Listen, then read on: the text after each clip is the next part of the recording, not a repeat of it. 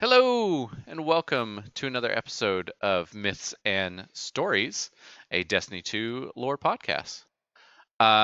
We are continuing our set on the Drifter. This is part 3, and the final part, supposedly. We kept this one a little shorter than the rest of them, just because there's not a whole lot that we know about the Drifter, but we gathered it all together as much as we could. This is also a Tanner and Chiller episode because I just got back from Hawaii and it was awesome, and I'm feeling really good. So, with that out of the way, Myth, where are we at? Yeah, so last episode, we talked about the Drifter's various crews throughout his years prior to meeting us, the Guardian, his run-ins with the Renegade or the Man with the Golden Gun, also known as Shin Malphur. We talked a little bit about who Shin was and why he was important as well as the creation of the Malfeasance gun and why that was an important thing for the Drifter. And we kind of led up to him being he was in the tower. Gambit had been established. He was under the watchful eye of the Vanguard and under investigation by the warlock of the Praxic Order, Anur. But nothing came of that investigation. Obviously, Gambit is still there and Drifter is still there. Well, most of Gambit's still there. Well, okay. Maybe that's what happened to Gambit Prime and Reckoning. Maybe so. The investigation had a conclusion, and they were like, "Hey, those two portions are bad. Get rid of those." And Drifter was just like, "Meh. I guess I'll merge them or something. We'll see." Nah, we'll figure it out. But yeah. So Drifter at this time in the tower, Gambit is established and doing its thing in its various forms. And we are now going to dive into some information tonight, talking about the Drifter, his connections, some of the predictions he has received, and his connections briefly with the Nine, actually, as well as his role in the season of Arrivals and Beyond Light, and in the more recent seasons, and how his character has, I don't know if changed is the right word, but gotten a little more attached maybe than he's been in the past to the cause and who is being affected by the events going on. He does seem a little more involved lately, hasn't he? Especially like obviously the last two seasons. Well, hell, even since as far back as Beyond Light, like he definitely seems like he's getting more and more involved. I don't know if it's a like a self-preservation thing for him, because that's typically what we see out of Drifter, right? Like it's always the I'm in it for me. I need to do what I need to do to stay alive, to keep going on my own terms and my own path. But like he's been very cooperative the last few seasons. And you mentioned Arrivals too. That was even before Beyond Light. So like from Arrivals, he was still starting to get more and more into helping out and doing what the Drifter does, is just being himself. And there's got to be an ulterior motive, right, for him helping us. Well, I think the ulterior motive may just be that like his survival is hinged on our ability to defend the system against what's coming. That's true. I'll agree with that one. He definitely has backup plans and contingencies for if that defense fails.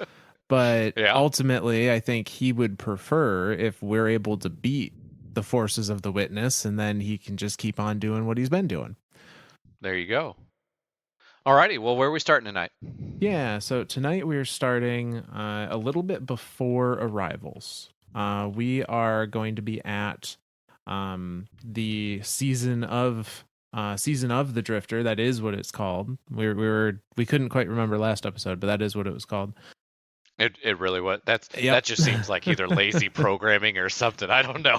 This is pretty on the nose, yeah.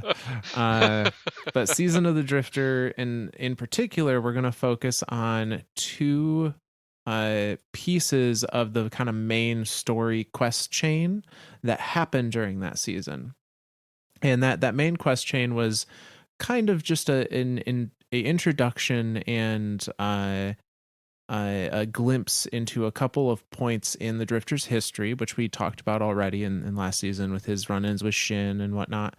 But the season ended giving us the realization that Drifter knows a lot more than he was letting on, even this long, this long ago. This season of the Drifter was, I think, immediately after Forsaken or shortly after Forsaken.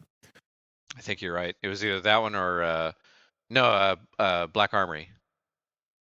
Was Black Armory right before that one? It might have been Black Armory and then Drifter.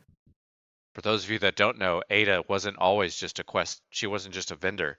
She actually made us do stuff for her. And she was mean. She was. She was super mean. She didn't like us at all. No, until we flashed the membership card, and then we were okay.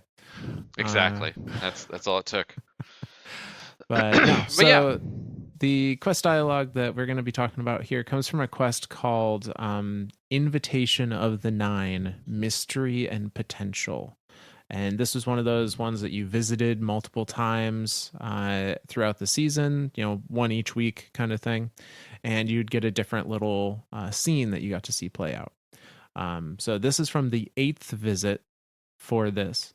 And although this is an in-game cutscene, which is on YouTube, again, highly recommend you look those up. I'm going to read the transcript of that scene to get an idea, at least through an audio format, of what took place. So this was on the hull of the derelict Drifter's ship. And it says, the Guardian jumps into a portal in the hull. A large form of the emissary appears before the Guardian, along with a vision of the Drifter and a normal-sized emissary. So think of like when you finish the Prophecy dungeon, that kind of space, the big emissary head there, and just kind of like water everywhere else. And in this space, we see this scene play out. Drifter, hey, how you living, sister? What can old Drifter do for you today? Want to play some Gambit? The emissary. The Dredgen has visions. They disturb him. Silhouettes of 3 triangular pyramids briefly appear near the emissary. You know about those, huh? You the one causing them? Tell you right now, I don't appreciate what they say. The gift is showing you what you must see. It is your fate. No, I make my own choices. If that is what you want to believe. Freaking psycho. And that's the end of that particular vision.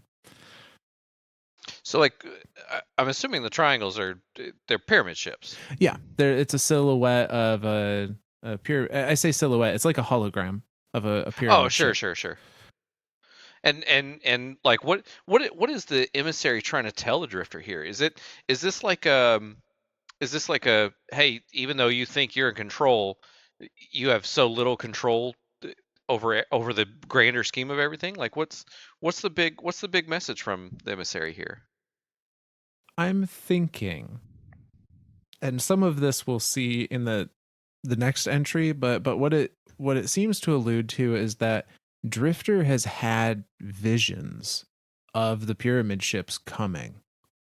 Like he has seen these things coming into the soul system. And again, this is Season of the Drifter. This is before the Guardians have been aware. Like they haven't showed up in our system yet.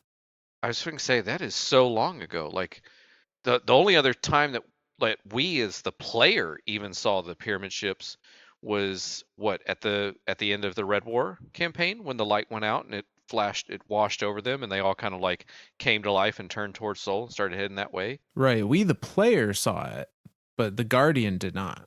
Right, exactly. So, but Drifter's been seeing visions of these apparently for how long? Unknown, but he seems to think, and the emissary, I think, confirms that the 9 are the ones that are giving him these visions. because the Oh. emissary says, the Dredgen has visions. And Drifter's asking, like, oh, you Oh. know about those. Are you the one causing them? The emissary responding with, the gift is showing you what you must see. Uh, I'm taking that to mean the nine have given him the gift of this foresight in whatever Yeah. form. Uh, Okay.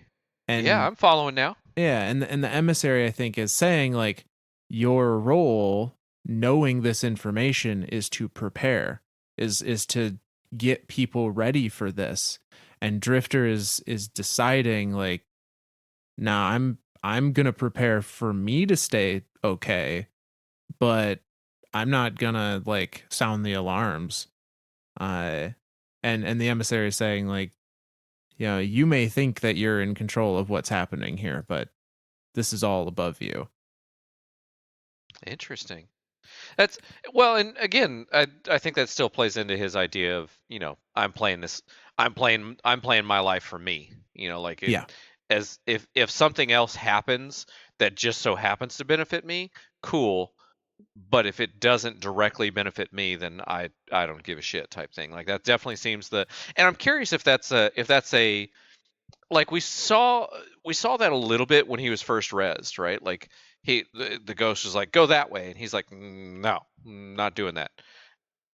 But then like that idea of self-preservation seemed to evolve after the events of Eaton.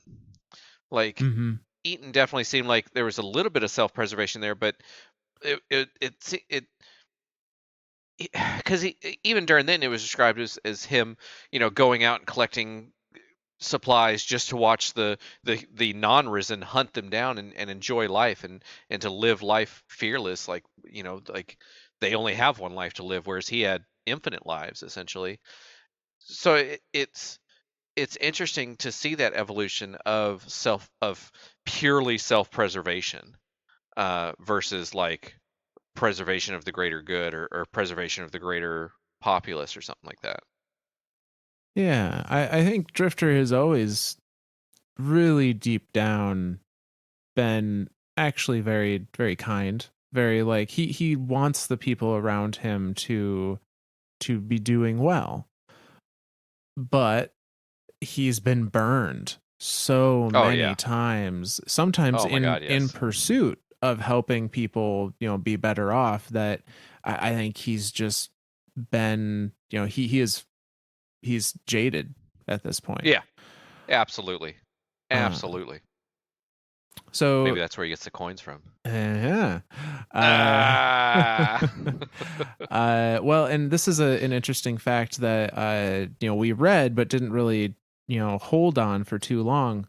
Um, the jade snakes, the intertwined snakes that are the symbol of Gambit, that he wears a necklace of, uh, everywhere. Though we've never seen him take it off.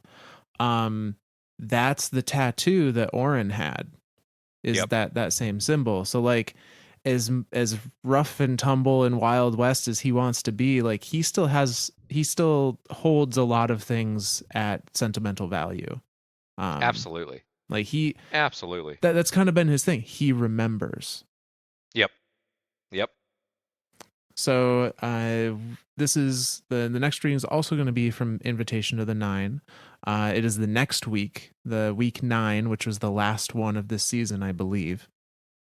And the cutscene that we get there, the Guardian again enters the hall, and the emissary appears before them and says this: "We have another truth to share with you. The Dredgen should have told you himself, but as always, fear keeps him from true potential. Please, open your mind." And then the Guardian experiences a vision of the Drifter in the section of the tower where he was before the annex, where he is now. He used to be tucked away in this little corner, like under a gate. Uh, and so we're seeing him in that original location, that more hidden location, and we see this scene play out, or the Guardian sees this scene play out. The Drifter is repeatedly throwing one of his jade coins up in the air and catching it. Drifter, Might just pull this scam off. And when the time comes, we'll finally be in the clear. The drifter throws the jade coin into the air, but it doesn't fall back down this time. He looks up and finds himself teleported into the area in the hull with the large form of the emissary. Nothing but water stretches before him. Huh. The drifter looks around and notices a dark silhouette of a horse nearby. The drifter turns back around and notices the large form of the emissary in front of him. The emissary speaks. We have enjoyed watching you. We came to say farewell. Our attention is required elsewhere. Well, all right. Thanks for the memories, you lunatic. Anything else I can do for you? You're already doing it. Keep playing the game. The jade coin that Drifter previously had tossed in the air falls into the palm of his hand. The shape of a triangular pyramid, similar to the one shown in the previous vision, is now on the coin. The vision ends, and the guardian is back in the presence of the emissary. The emissary speaks. The night falls. Out there on the edge, your fate is a war unseen amid ruined fleets. 2 women, feared, untrusted, forever at arm's length. Here at home, your fate is a coin in the hand of a liar. 1 man, afraid, untrustworthy, forever grasping. You must reckon with yourself. Can you see the path ahead? Do you know the shape of your trial? And the emissary disappears, and the scene ends. So there's 2 points on this that I want to kind of hone in on. The one, what what is the 9 mentions, or the emissary mentions we're needed elsewhere. Like, for what? For why? Like, what you doing over there? We legitimately don't know. They've been so mysterious like that for like the entire time we've ever talked to them. They always I mean, that's part of the 9, is they are that kind of like mystery. And you and I theorize that like they're a different plane of existence and they don't truly know how to communicate using our Mm-hmm. level of communication. And so that's part of the reason for them being so mysterious, is they don't know how to communicate. um and so that's where I'm like, what the hell, where are they needed, what are they doing? I think it may be accurate to say this is the last time we actually do anything substantial with the 9. I suppose other than the prophecy dungeon. Um I'm trying to think now. I think you're right. I say and even the prophecy dungeon isn't really explain much. It's mostly just Right. them passing the message of like, hey, light and dark are tools, use them both. Yep. Essentially. Yep. And there's going to be a darkness, um Elixni coming. Deal with it. That's Yeah. that's as far as the prophecy dungeon, that's the vibes that I get from it, is like, hey, light and darkness are tools, use them as you see fit. And here's this darkness, Elixni coming, because you chase her through the whole thing. You get to the very end, and she's just everyone just thinks of her as just a taken Kel or whatever. But I always saw her as like the not predecessor, but like the forewarning of Aramis coming. Oh yeah. No, that makes perfect sense to me. And that's the way I've always viewed her, is like that was a vision to us from the 9, showing that Aramis is coming. Aramis is using darkness powers. She will Yeah. be a threat. And then of course, literally the next season was, or I think the next thing that happened after that uh, dungeon came out, the next big thing was Beyond Light. So then we dealt directly with Aramis. Yeah, no, I think you're right on the money there. Because the 9 always, that's the thing with the 9, right? They're always trying to tell us something, but because of that communication breakdown, we don't fully ever understand what they're trying to tell us. Yeah, no, they can never quite. get the message. Like, and that's why they have to work through somebody else. They have to have a messenger because they don't have a means to communicate with us directly. So that's why we get the Zur first, and then the emissary afterwards. Yep. And then there was another part of that scene, and now I'm trying to think through the scene in my head, and I've already forgotten it. And I feel bad. But about a little bit after that. So give me another quick brief rundown of the scene. So the emissary shows up, says her message, and he's like, "Good, bye." And then she says, "Keep doing what you're doing. Keep playing the game." Yep. So she tells him, he says, is there anything else I can do for you? Emissary says, no, just keep playing the game. I feel like that's like a fourth wall meta thing. Like, You never as know with them. Like, as much as the emissary is telling Drifter to keep playing his gambit, they're actually telling us, the viewer of the video, keep playing the game. Enjoy it. yeah. But yeah, no, after that just says, there's a war on the scene coming. Two women feared, untrusted, That's what it forever at was. arm's length. I That's what it was. assume that is Mara and Eris. And I was going to ask, that's what I was going to ask. That is very similar to what we saw from the dream of Sheer Ido. Yes. In the Sleepless Rocket lore, she talks about Mara standing on top of a pyramid ship or a triangle that's been cleaved in two, and another woman's up there. So we're seeing more of that, and that's like that. That to me is like the fact that that is called out in two places. That the emissary here has called it out, and it was on the lore of a gun that had come out the season previous to this, because obviously the Sleepless rocket launcher is from the Dreaming City, and that had come out with Forsaken. Mm-hmm. And then now we're seeing, a good six, because this was the ninth, right? The ninth and final Yeah. vision. Yep. So we're talking basically two whole seasons worth of content there. The entire Black Armory season, and then the entire season of the Drifter, to get to the scene for them to kind of like refresh that to us, the player, and say, hey, two women that are torn and whatever. So I mean, and you and I have theorized like who the two are. Like Mara's got to be one of them, right? Like that's just kind of a given. Yeah, I'm pretty solid on it's Mara and Eris. Well, that's where I was thinking. The second person of that is where I think you and I have a little bit of conflicting who we think it is. I absolutely believe it could be Eris.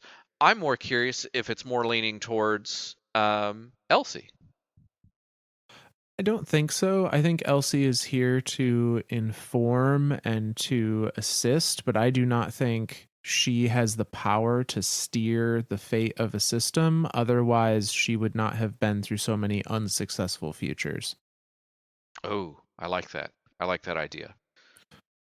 I that's the second part of that. Like if she was able, because she's not a guardian. She doesn't have any type of like No. makes her own fate or anything like that. Eris, as much as she doesn't have a ghost, she's still a guardian. Like She's still but paracausal through stasis or through darkness. right. Right, because she doesn't have a connection to the light anymore, right? Because her ghost has died. Not as far as we know. No, we've never seen her, and she has said as such herself to Crow that like she hasn't been able to use the light ever That's since right. then. The scene where Crow and her were near the shard of the Traveler, Mm-hmm. and he pulls out a golden gun and lets her squeeze off around. Like that was like her, and that was the first time he had ever seen her smile, because like that was her getting to feel the light again, and to feel that connection again.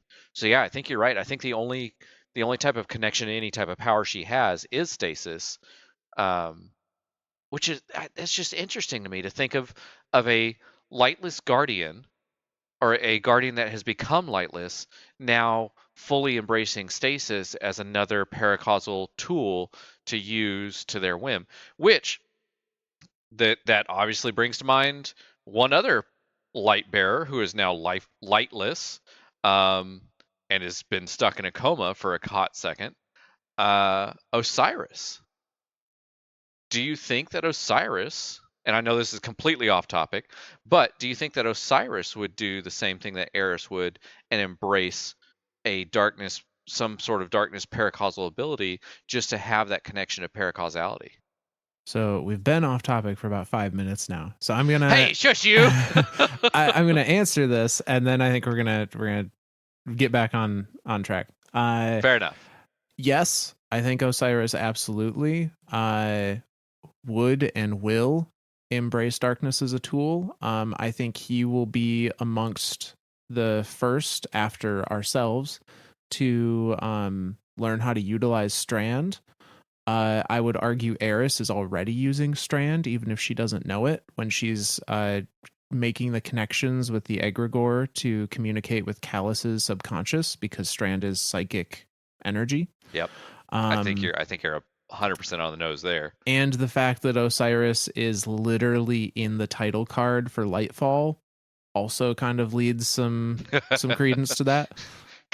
kind of dropped the ball on that promotional advertisement, or maybe they didn't. Like, I mean, Bungie's in full control of what they're doing here. It's not like it's under Activision where it's like, oh, you have to show off all this stuff and whatever. Yeah. So they okay.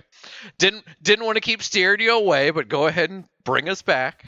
So back to Drifter. In that same dialogue, when I was talking about the two women feared and untrusted, Emissary also says, "Here at home, your fate is a coin in the hand of a liar, one man, afraid and untrustworthy, forever grasping."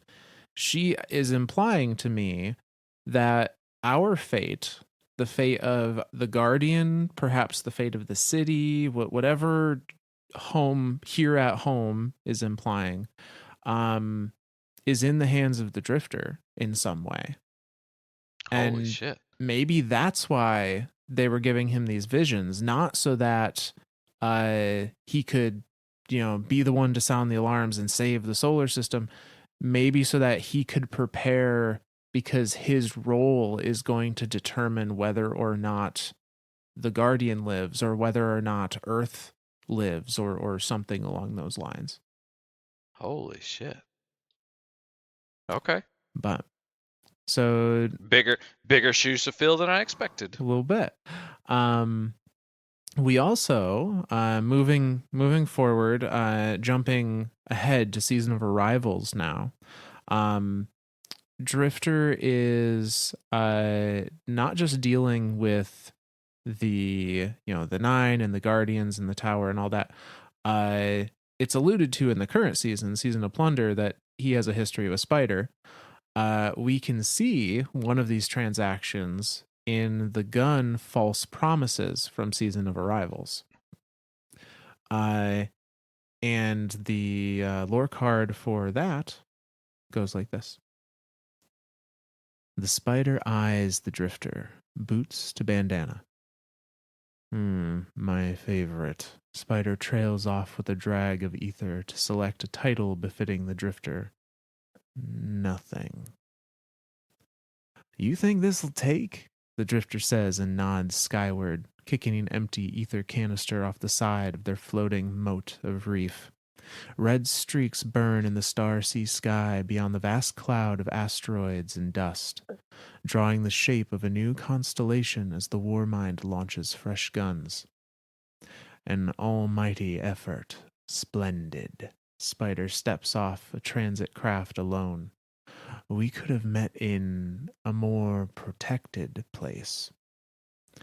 You don't like being seen with me? The Spider is a friend to all, but not all friends are friends, Spider says and focuses his gaze on the Drifter. You should have come to me. You keep too many bodies around. Bodies can stab you in the back. Running shows your back. The Spider's voice shudders. To everyone. Drifter pauses a moment and looks around at the desolate scape. Small boulders hang in space, slowly drifting towards each other, making contact and bouncing away on random trajectories. Some stick incorporated via destructive consummation. He scowls and turns back to Spider. Stretch your legs. No one here for miles. Spider unfurls himself, slurping a heavy vacuumous drag from his rebreather. Fully upright, he dwarfs the drifter in shadow. Isolation is not the same as protection, friend. Friendship gonna save us from what's coming? Drifter asks. He places his fingertips together, the space between his hands resembling a triangle. The odds are in your favor, but a guttural laugh ripples from the spider's belly and sends vibrations through the loose packed dirt underfoot. I'm the wrong one to come to for comfort. I get it. You tried running last time. Didn't work. Now you're trying to hide. Let me give you some advice. That doesn't work either. Hiding, the spider asks and waits. The board changes, the board clears. I don't play, I just price the pieces. Cold blooded, world's ending, and you want to run it for all it's got. End is a matter of perspective. Devastation is oftentimes profitable. What if nothing's left? Skin and bones. There's always ivory among the bones. Bull. You remind me of my compatriots. Spider wraps his fingers around a small clod of earth drifting by. They looked at the whirlwind like you. Scared. He closes his hand, crushing the clod into a dense mound. It fractures into several pieces and wafts away. But here we are, living on anyway.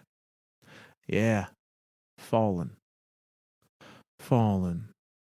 I hold favor among witches and kells and whispering agents of every shade and shape.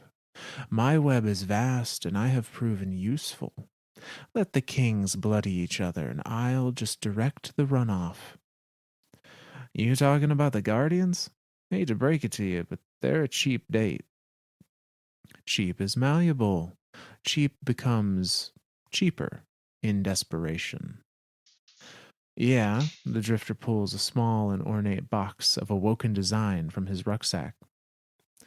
Who you looking for with this anyway? The spider steps toward Drifter, smothering his personal space. Options, my dear rogue, tangled in the web. He takes the box with his dominant arms and plops 2 stuffed sacks of ghost shells in the drifter's hands with the other. Went through hell to get that little box. Don't come with no throne, Drifter says, holding his voice steady, jaw tense to stay the trembling. The spider chitters as a shiver runs through him. No, just a looking glass window. Good business, friend. The hulking fallen dawn turns to leave. Remember, remain useful. When you find 'em, you sure the past won't come knocking? No one minds the spider. Lucky you. And that's the end of that card. Well, shit. Yeah, he's they've been dealing wheeling and dealing for a hot second. I mean, the two of them are Oh yeah. peas in a pod is what I think of Spider and Drifter. I mean, they're to the point that Drifter is smuggling artifacts or items to Spider in some way, and Spider this is a long going business relationship. Absolutely. I was going to ask, is there any like when you said awoken box? I'm like, is there any other description or like what the hell this thing is? Not really sure. I couldn't find any other description, and it's also very hard to search for awoken box and try to find other things that way. No, that's fair. But whatever it is, it appears to be able to allow Spider to locate somebody. I'm wondering. I'm thinking like some sort of like ley line compass or something, right? Yeah, maybe so. Like this was Season of the Arrivals. This was prior to Mara coming back. Maybe Spider was trying to keep track of where Mara was. Because the two of them definitely don't like each other. Yeah, so he may have just been trying to track, like, okay, when is she coming back into the system, so that he can be ready in whatever way he needs to be. Right. Yeah. So Not 100% sure, but important enough that he exchanged ghost shells of all things That with I was Drifter going to for say, it. like, I was expecting a bag of glimmer or something, but ghost shells. Yeah, What and the hell? I mean, we know Drifter has used ghost parts before to do things to his own ghost. Maybe Oh, he's trying that's to do other right. things. I totally, yeah. Maybe he's still modifying it. Maybe It so. can't talk anymore, so Right. can't put up a protest when it can't talk. So Drifter's definitely got multiple irons in the fire. He has plans and contingency plans for those plans. Well, and I like what Spider says at the end there too, like keep yourself useful type Yeah. thing. Like as soon as you're not useful, like you're just fodder on one side or the other, doesn't matter. But as long as you have a purpose, and Spider's making that very much clear that Spider himself has a purpose, Mm-hmm. being a black market dealer of whatever. Um, like who cares what side is playing what? Let the kings kill each other. I'ma just direct the runoff.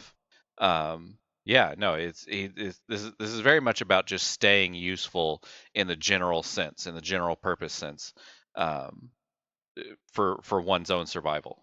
So, like I said, peas in a pod, the two of these two. Oh yeah. But Spider is not the only one that Drifter has a relationship with. Uh, though theirs is, I think, purely business. Yeah, Um, if you've been playing the current season, you have maybe seen some dialogue, and we're actually going to go over some of that near the end of tonight. But some dialogue between Drifter and another character that is a little more familiar, a little more friendly. Uh, and we can see kind of the starts of this partnership in Season of the Arrivals with the decoding of the Tree of Silver Wings that was happening during that season by Eris Morn. And Eris has some interactions with the Drifter here and throughout pretty much the rest of the game after this point in after Season of the Arrivals. Um, that we're going to go over because although it is still very Eris focused, it all is dealing with the Drifter and informing of his character and of the opinions of other people about him. So I think it's important to keep in a series about him. sure. So the first of those that we're going to read is also from Season of Arrivals, the legendary bow called Whispering Slab. Uh, the bow is ugly as sin, in my opinion. I can't I can't use it. I as as and myth. I think you're in agreements with this. Like as far as aesthetics, like as bow users in real life, this thing just looks fugly. Yeah, it's kind of like carrying around a you know plank of plyboard. Uh, That's what it looks like. It looks like somebody they just ran a buzzsaw down a strip of plywood and was like there and tied a string to either end of it and was like there. And you're just like, what in the fuck is this? Like this isn't yeah. functional at all. Like what is wrong with you? So aesthetics aside, though, the lore card for it is very interesting and informing of these two characters, and it goes like this. Eris Morn walks with slow, silent steps towards a haggard drifter, shoving small bags into a larger one. Dim and exhausted motes lie scattered throughout the derelict, slowly evaporating. She retrieves a mote from the floor and shines her burning light over the cracked surface.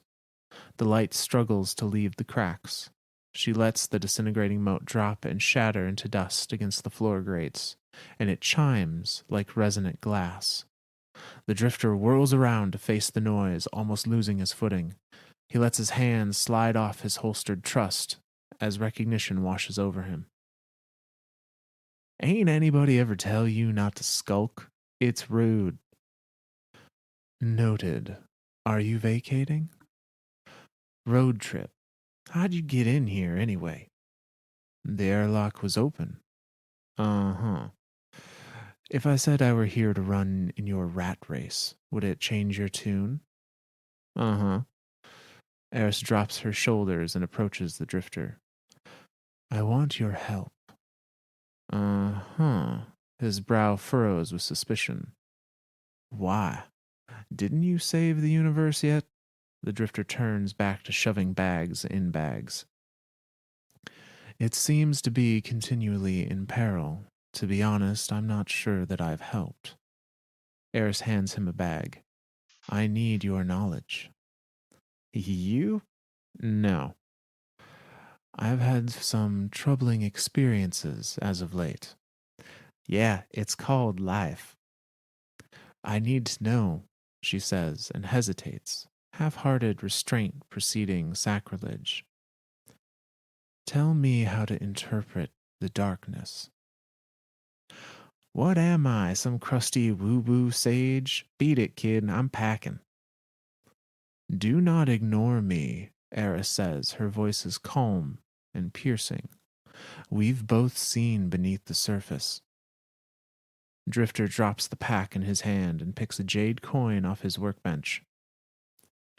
Asher is entrenched in his thinking, she says, and gently places a palm down on the workbench beside them.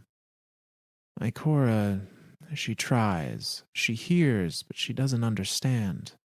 No one is listening. Drifter pockets the coin and turns to face her. He stares, deep.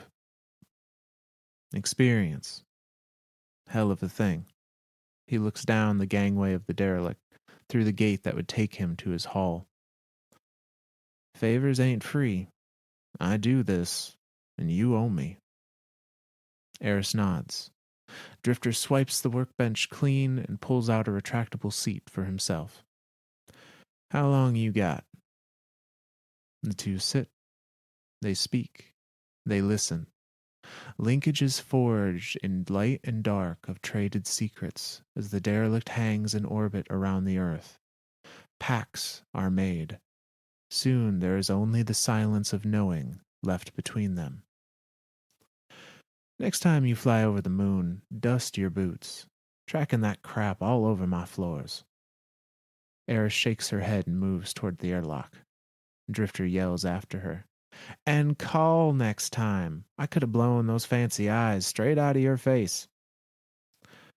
I'll try to be more mindful of your many eccentricities in the future. And that's the end of that card.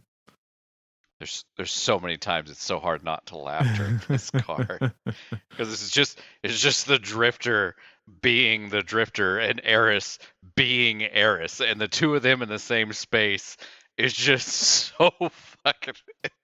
I don't know what, like. It's pretty Do I take her entertaining. serious? It's good. It really does. But yeah, they both know some shit. And have shared said shit now. Yeah. For I assume hours.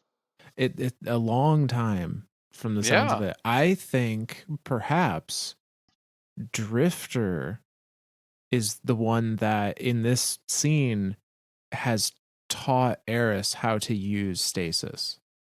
I think you're right. Or how to access use of the dark, at least. Right. Or at least knowledge of the dark. Because there's one scene that I'm remembering, and I could be remembering it wrong, and I wish I could remember when it was from. Maybe it was before Arrivals. I don't remember.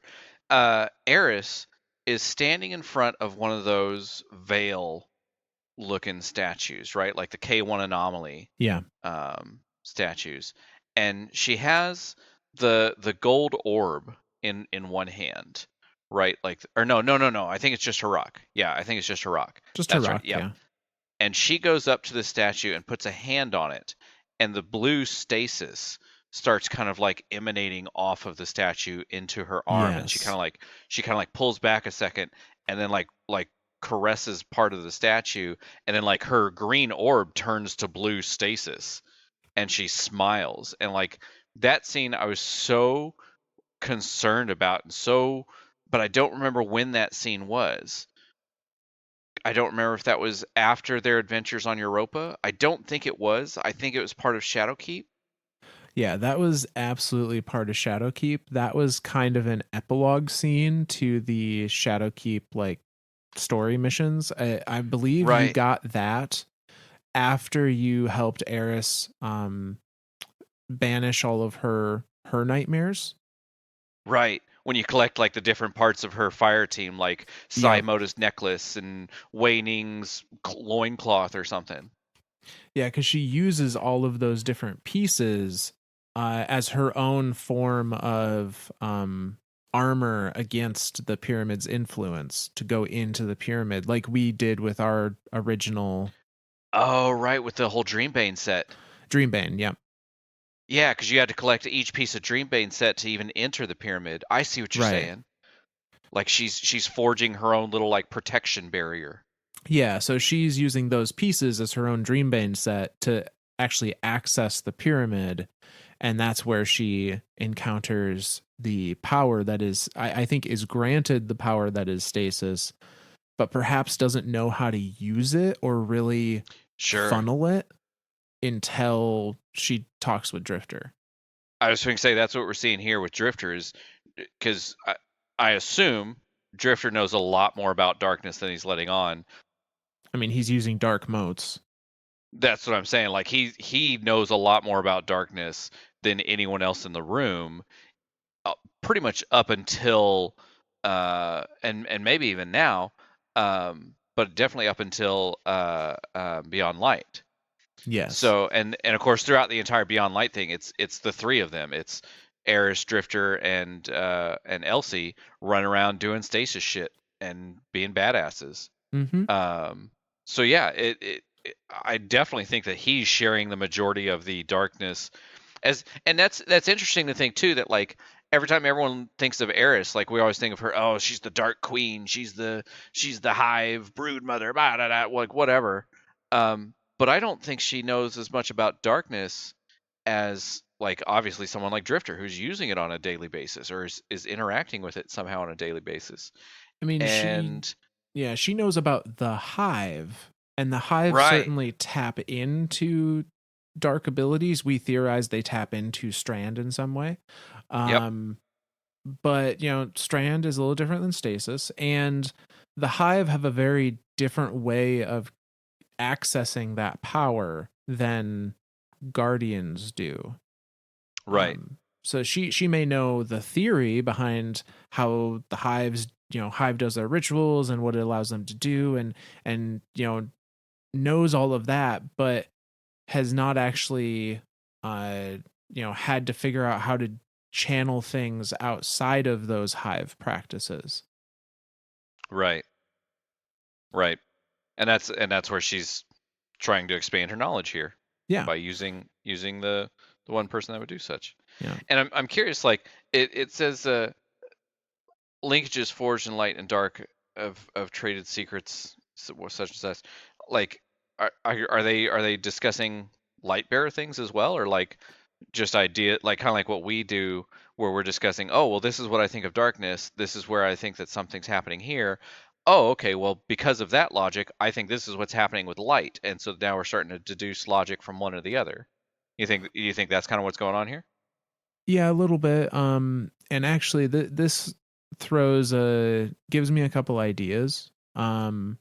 Drifter may have had access to stasis in its actual like freezy form, um, well before Elsie showed up, or well before we knew. Because the more I think about it, they're talking about connections forged between light and dark. I wonder if that ice planet, if the ice that was everywhere, or at the very least the ice monoliths that were trapping some of these entities, these dark entities that sucked light away, were actually made of stasis crystals. And I think you're right. if that's the case, he supposedly had access to that ability, that ability to Yep. stun those creatures when he made adjustments to his ghost saying it allowed him to access different frequencies. So he may Yep. have because we know darkness can be channeled through our ghosts by nature of the witness being able to take them over and talk to us that way.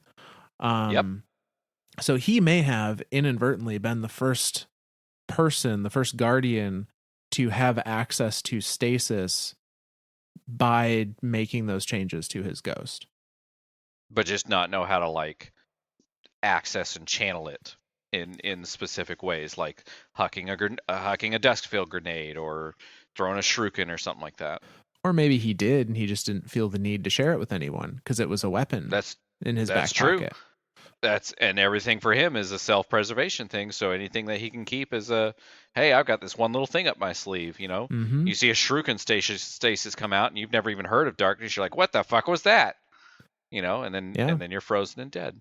Yeah, If no, that makes sense. if he had to ever have a showdown with Shin Malphur, like sure, he's Yeah, malfeasance would do the job, but I don't know that Shin would know what to do if there's a a squall coming at him. yeah, Like yeah. Nobody ever does. no You one ever try to does. run out of it and break out of it, and you're like, oh, hey, I broke free. And then the animation of you breaking free just kills you.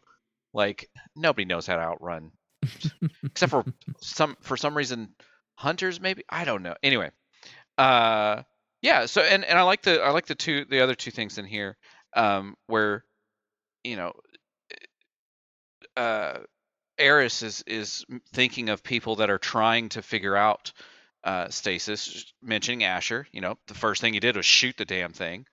Um, and so Asher is just trying to think of it from a scientific point of view.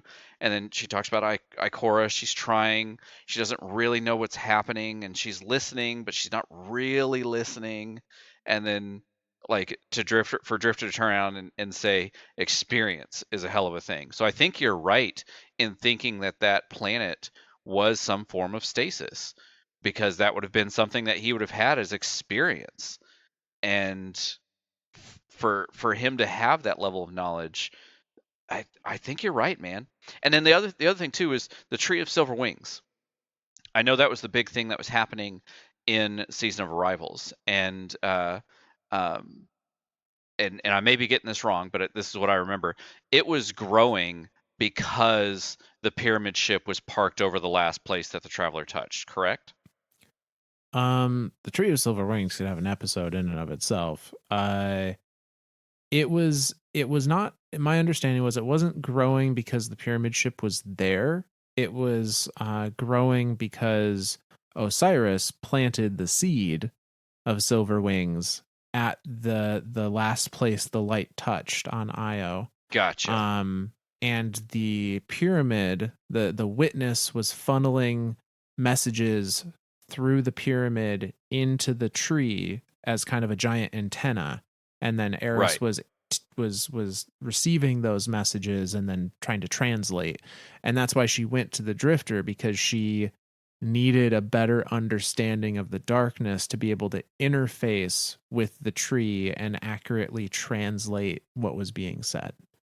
That's right. That's right. Because I remember it kept giving like one word messages, but they weren't even in words. They were. It was like it was like the puka with Elsie, where like she reached out her hand and Anna's hand grabbed back, and I'm here for you. So it was like, oh my god, that absolutely was the darkness, like showing her visions of stuff. Oh my god, I don't know why I just now thought of it that way, but that's exactly what was happening. Mm-hmm. Because then like each week you went to Eris to try to get an interpretation of this thing, of like, what the hell's happening, what is this Yep. thing doing. But the whole reason why I thought of the Tree of Silver Wing, in there Tree of Silver Wings in the derelict. No, not a Tree of Silver Okay, Wings. There is quite a bit of egregore. I knew there's egregore, there's that shit's all over his ship. Yeah, But like he I actually thought that has behind him, like when you it's see him at drift in Gambit, like right behind him there's something that looks like Tree of Silver, and maybe it just looks like it. it is a egregore that has actually flowered. Like it is a giant red Oh, flower from the egregore, if I recall correctly. oh shit. But Okay, yeah, not a tree, but still interesting. And we'll talk a little bit about the egregore on his ship as we get through. But sweet. Me jumping ahead as usual. Yeah, it's all right. Sneak peek. Um, but so we see this is the moment where Eris is reluctantly like acknowledging I need the help of somebody else that has hands-on experience with darkness. And uh, coming from academia, what it reminds me of when she's talking about Ikora is the academic researcher, is the one that does, you know, can to give an example, is the one that could tell you the theory of uh you know you're gonna if you shoot a gun you're gonna get this much kinetic force back and it's gonna give you this much kick and it's gonna be at this angle and like can tell you exactly perfectly what is going to happen when that trigger gets pulled, down to a molecular level. And Eris is the one that understands that at maybe not as in depth, but Eris is the applied researcher. She's the one that, yes, you can explain all of this, but until you actually go out on the range and fire the thing, you don't actually understand what it is you're researching. I like that explanation. I really, really like that explanation of the two of them. Like one being like a professor, and then the other one being in the field, the applied science. Yeah. Yeah. Oh Yep. man, I like this. I like this. Yeah. So with this knowledge in hand now that she has gotten from the Drifter, Eris, produces her translations throughout season of Arrivals, and Beyond Light comes upon us. And as we talked about before, we have what has been referred to in the community as the Dark Vanguard form, and that is Elsie Bray, the Exo Stranger, Eris Morn, and the Drifter all kind of partner up and become the champions of these stasis abilities on Europa that we interface with throughout the campaign, although not as much as I would like, honestly. It's it's funny that you say Vanguard, but they're all three hunters, aren't they? Well, yeah. They're just making up for the fact that the normal Vanguard doesn't have one. Oh, that was a deep cut. Oh man. Oh shit, we just got real here tonight. Okay, continue.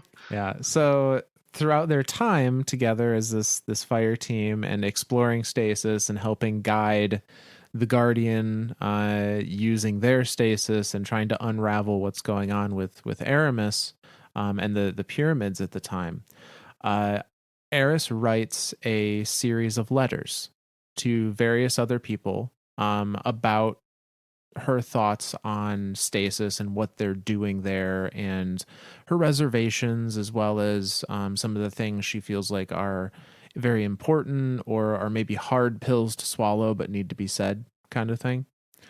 And she writes a letter to the Drifter as one of those people. So this is coming out of the lore book called Regarding Stasis and is just titled To the Drifter. And her letter reads as such. Drifter. While your presence is often irritating and your odor repellent, you have proved yourself quite knowledgeable regarding our foes. As darkness appeared, you did not flinch. Your assistance during its arrival was greatly appreciated. Under normal circumstances, I would belittle you and tell you how one such as yourself is unworthy of the position you find yourself in.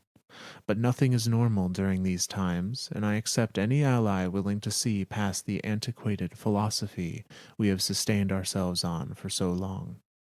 You too acknowledge the need for balance during this time of extremes. Need I remind you, our actions must reflect this. Your unpredictable nature has no place here. We must remain steady in our convictions, no matter what the Vanguard or the Guardians say. Keep your ears open. Should forces gather against us, it is paramount that we outmaneuver any counter to our plans. We are both accustomed to working alone. For this effort to be successful, we must cast aside selfish intentions and find common ground. Alone, we will collapse under the weight of its undertaking, and the darkness knows how to exploit weakness. I know you feel it as well, the power stasis brings. Does it frighten you? Even though I believe my grasp is stronger than yours, I do not have any illusions regarding the darkness. It will tear through your lack of conviction faster than you can abandon the cause. I am curious, however, as to your feelings about the stranger. You appear as a creature of instinct, and mine remain sharp. I am nagged by the sensation that she is not entirely forthcoming, and much of her information is shrouded in speculative riddles. I believe her intentions are true, but I cannot separate myself from the uncertainty I feel. Where does your confidence lie? I suspect you do not trust anyone, myself included. Perhaps that is a trait worth adopting. We will be tested in ways we are not prepared for. I hope you see the gravity of our charge despite your constant mockery and cynicism. This is no time for humor, though you may not have the capacity to process your emotions without it. It is wise to keep your comments to yourself. Invest in a journal for reflection when times are lighter. And lastly, I ask that you refrain from referring to me as Moondust. Perhaps I can then overcome citing you as Rat. And that is the end of Eris's letter. I really like the last part. Please stop calling me Moondust, and I'll stop calling you Rat. Maybe I'll think about it. You douche. No, that's yeah. She definitely sees like the importance that he brings to the fight, like the obviously the knowledge from before, and then throughout the entire campaign of Beyond Light, where he's now he's starting to show that level of what we call applied physics, right? Like Yeah. he's in the field, he's doing the things, he's showing that this is a doable thing, that nothing's bad gonna, like, you're not gonna turn into the witness and lose your mind by using stasis. And so I like that she's acknowledging that there. And then the other part of it too is like, you know, showing that they are reserved about Elsie. And I think everyone is a little bit like, obviously, like, that was the first mystery of Destiny, right? Like way back in Destiny 1. She was the first mystery. This little blip on the in the back of the scene, on the moon, when you first go to the tomb, or the crypt entrance to the hive, and then like after you defeat that little encounter there, she's on the hillside behind you, and then you interact with her a little bit, she hands you a gun, she disappears. Like, she was the big mystery for the longest time, and then for that to happen to Beyond Light, she still kind of is a mystery. Like, what other timelines we know she's seen darkness win. We know she's seen things like Anna succumb to the darkness, but we still don't really know everything about her. Like, there's still so much mystery around her, and for Eris to acknowledge that, both for herself and for the Drifter, like, yeah, be cautious about her, but ac- accept her help in in what little ways we can. Mm-hmm. And then the last part there too, the you know he mentioning that, like, there's a very heavy, uh I don't know, there's very heavy presence about the soul system right now, with darkness coming, with us possibly losing light again. Like, that's as much as this is a video game, that's like a very serious thing in game. Like, losing the light in game would be devastating to everyone. We already saw that once when Gaul hit the system. And for her to tell him, hey, I get that you like jokes and you like humor, but maybe tone it down a bit. And it, it's even she sees his humor as like his own personal coping mechanism, like, just to kind of like laugh it off and be like, yeah, whatever, man, it's cool, brah. Like, it to me, it gives a little bit of humanism to the Drifter. Like, as much as he's this like mysterious thing, like, he still has things like, hell, he probably still has things like depression or sadness and stuff like that, and for him to use humor as a coping mechanism is it's so human that it almost seems odd. Yeah, it's. I think the Drifter, as we see him now, is a culmination of things he has pulled together from other people he has met through his very long life that he is wearing as armor. Uh, we see Like as personal mementos, like almost like not what he not just his is taking from them. mementos. Not well, yeah, what he's taken from them, but not just physical things. Not the Right, obvious example being the twin snake symbol for right. Gambit and whatnot, but even the way he talks. When we were talking about him when he was first resurrected back in the Dark Age, he didn't use the whole brother, how you doing, or sister, how you living. That was Oh, a that's line right. he specifically remembered and took from the I forget his name now. Judson, I think. Judson, yeah, from Yeah. Eton, because he was his friend and he didn't Holy start saying cow. those phrases until after those events happened. Like that Holy cow. that's the big thing about the Drifter is that is that line he remembers. He He remembers remembers. everything. And he uses it to build another piece of armor to separate him from the rest of the world. Oh my God. What a lonely like in the one hand, like what a lonely experience, but then on the other hand, like what a touching like human like thing. Like I don't He's a walking memorial to all the people he's lost. he is. Oh, that's so good. Oh, now I just want to go play Gambit. That's a nobody wants to go play Gambit. You play Gambit because you need your pinnacles, and then you're like, all right, I'm good. Yeah. But so yeah, this letter is the one last thing I want to hint at is or touch on is the thing that even now Eris is saying, like, look, I know we don't like each other. I don't like you, you don't like me, whatever. But she's also trusting him enough to want his opinion on Elsie. She's Yeah. like, I have my reservations, but I want to hear what you think. Like, she values what he thinks enough to inquire. Yep. But so we're now going to move into a couple of lore pieces that are also from Beyond Light. These specifically come to us from the Calamity Rig armor set. Not the whole armor set, just 3 pieces make up kind of this little telling from the Drifter. It's essentially a message from him to us, the Guardian, about kind of where he stands at this point in the game and what his thoughts are on what's going down, and some advice even. So we're going to start with the Calamity Rig helmet, and I believe that all of the class armor sets have the same lore cards in this instance, so it doesn't matter which helm you look at. But that lore card goes like this. Hey, sister or brother. Hell, I don't know who's going to end up listening to this. Could be a snitch, an idiot, or somebody who ain't even picked a side yet.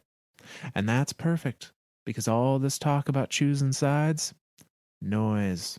Before this is over, the only one's going to have your back is you. And that's even odds. Use your head. Think clear, all right? Because there are whispers going around, and you need to know when to plug your ears. Things have been different since Sloan went dark. Oh, poor Warden? That's wrong. Too soon? Let me tell you that we killed some time on New Arcadia. Learned some things. Listened to the wrong whispers. Be careful who you trust from here on out, all right? Yeah, that includes me. But I've been telling you that since the beginning. That's the end of that lore card. Like the first part's obviously like kind of giving a little throwback to that quest, snitch and idiot or Yep. someone who hasn't picked it. So it's what he's implying there is like, if you pick the drifter, you're a fucking idiot. Like, ain't nobody got the right answers in here. Well, he's already said, don't trust me. Don't trust me. And that's what I've been telling you the whole time. Like, you do you, boo. Uh, but yeah, like obviously talking about the whispers, like it's like you got to know when to kind of go with the flow or to plug them out. But the interesting thing here, like, um, so Sloane, the things have been different since Sloane went dark. That's literally like Sloane the person, right, from Titan. Yeah, Sloan, capital S in the lore Yeah. card. Which, for those of you that don't know, Titan, the moon Titan, used to be a place that we could go to and do some stuff, but the darkness took it away, and Sloane was the Venter there, and so she's gone now, or at least we think is she one of the ones that evacuated, or The only one that or evacuated was Anna Bray. Everyone else oh stayed on their shit, planet. Sloan stayed there to fight to the last stand, essentially. yeah, being the Titan that she is. I am the bulwark. I am the shield. God, I might be a secret closet Titan. Damn it. New Arcadia. So New Arcadia was the arcology, right? That was on Titan. I believe so, yeah. Yeah. So that he's just mentioning the place there, like Yeah. yeah, And he seems to be saying that like he and Sloan, like yeah. he had run some ops with her at one point. Like just really reinforcing the fact Drifter has been everywhere and done everything. Well, the interesting thing here that and this is just me kind of speculating a little bit. Learn some things, listen to the wrong whispers. The big thing that was on Titan that still has an effect today was the Savathun song strike. The whole thing that we learned from that is that Savathun, or not Savathun herself, but that the wizards were pulling void light out of Guardians and encasing it in crystal, finding some way to pull light and trap it, kind of letting us know that Savathun's been trying to do something with the light since the beginning of D2. Like, this isn't like an overnight thing that Savathun was like, oh hey, light good, darkness bad, let's do that.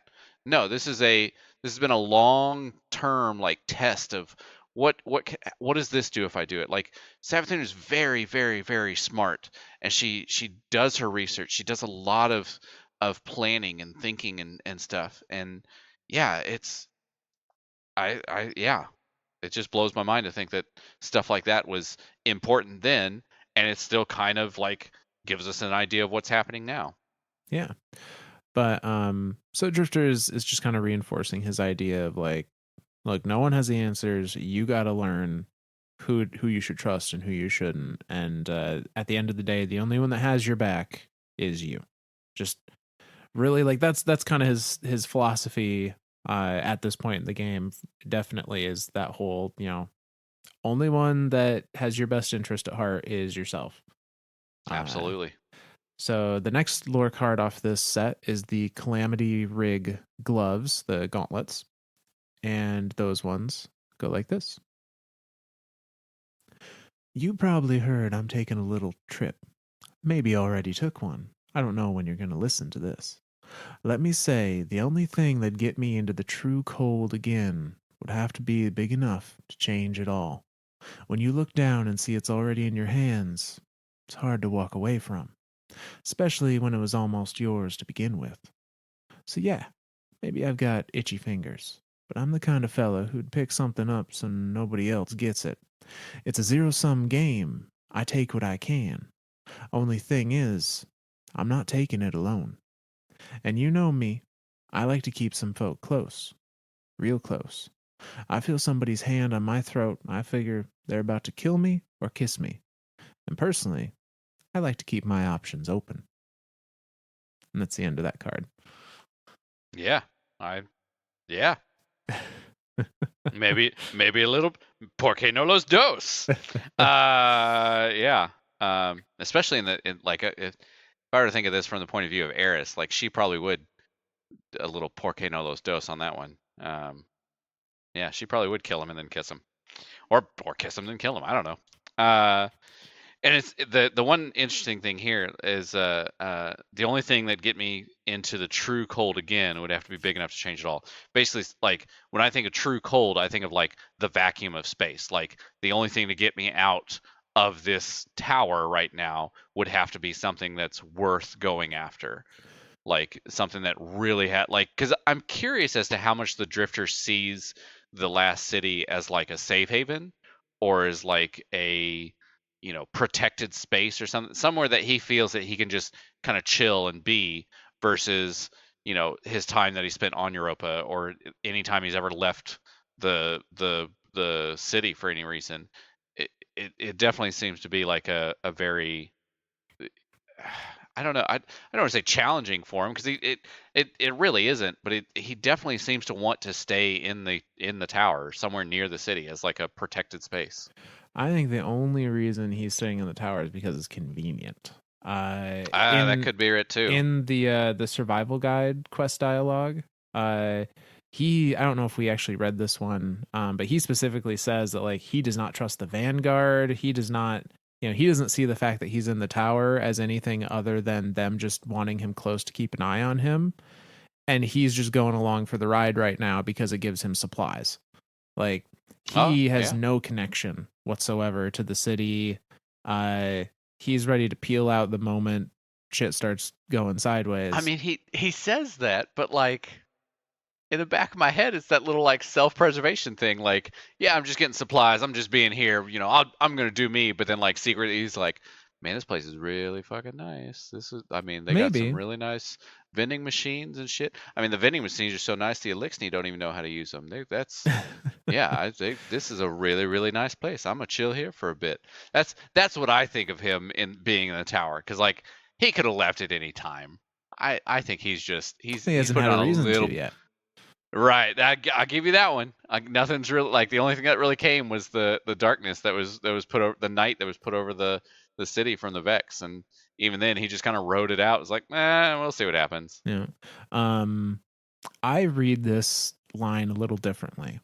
So him Okay. saying the only thing that get me into the true cold again would have to be big enough to change it all. I see the true cold as the ice planet.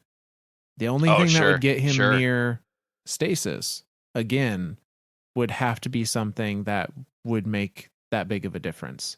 Because when he says, when you look down and it's already in your hands, it's hard to walk away. And then, especially when it was almost yours to begin with. So, like, Yep. I think that just kind of reinforces the theory that he tapped into stasis in some form, just not the form we know it as. Absolutely. Absolutely. Maybe not with not the level of control that we have, right? Like Right. it was a very raw stasis. It's like the first Risen, right? Like they didn't instantly just pop up. The first Risen just didn't pop up and go, oh, cool, golden gun, boom, go. Yeah. It like there was a lot of different things of like experimenting with the light, and what are the most effective way of using it and whatever. So yeah, I think you're right. I think he did. I think he did. He's seen some stuff and he did some things, and he wouldn't recommend it. So we're gonna finish out this particular little armor set group of lore cards with the Calamity Rig class item, which Drifter leaves us with another little message, and it goes like this: I don't know who you are. Don't know what school you follow, which side you're on. Could be heads, could be tails, could be the edge. Could be that you shoot before the coin lands. Just know I'll be the one picking it up. You ever hear the story of the fella who painted bullseyes around his bullet holes? Old Drifter's plan is coming together. Maybe not as clean as I wanted, maybe without the right folk nearby, but it's happening. That's why I left this message for you in a place you wouldn't look if you didn't give a damn. Things are changing. Hell, things have already changed. But Drifter, still a safe bet. And I've still got plenty of time. Just not as much as I did before. And that's the end of that lore card. Yeah, he's very much like, you know, Yeah. he's a drifter, a He's drifter being Drifter. drifter, doing drifter stuff. Yeah. It does make me interesting. It does make me think there that one line, like, old Drifter's plan is still is coming together. Maybe not as clean as I wanted, or maybe without the right folk nearby, but it's happening. Like, what the hell is that? Like, we still don't know what that plan is. Mm-mm. That's still a super enigmatic thing. Yeah, that's just a floating, like, Drifter has things that he is getting ready to do. We just don't know what, And or I when. do love that he even tells us to read your lore cards. Like, Yeah. yeah.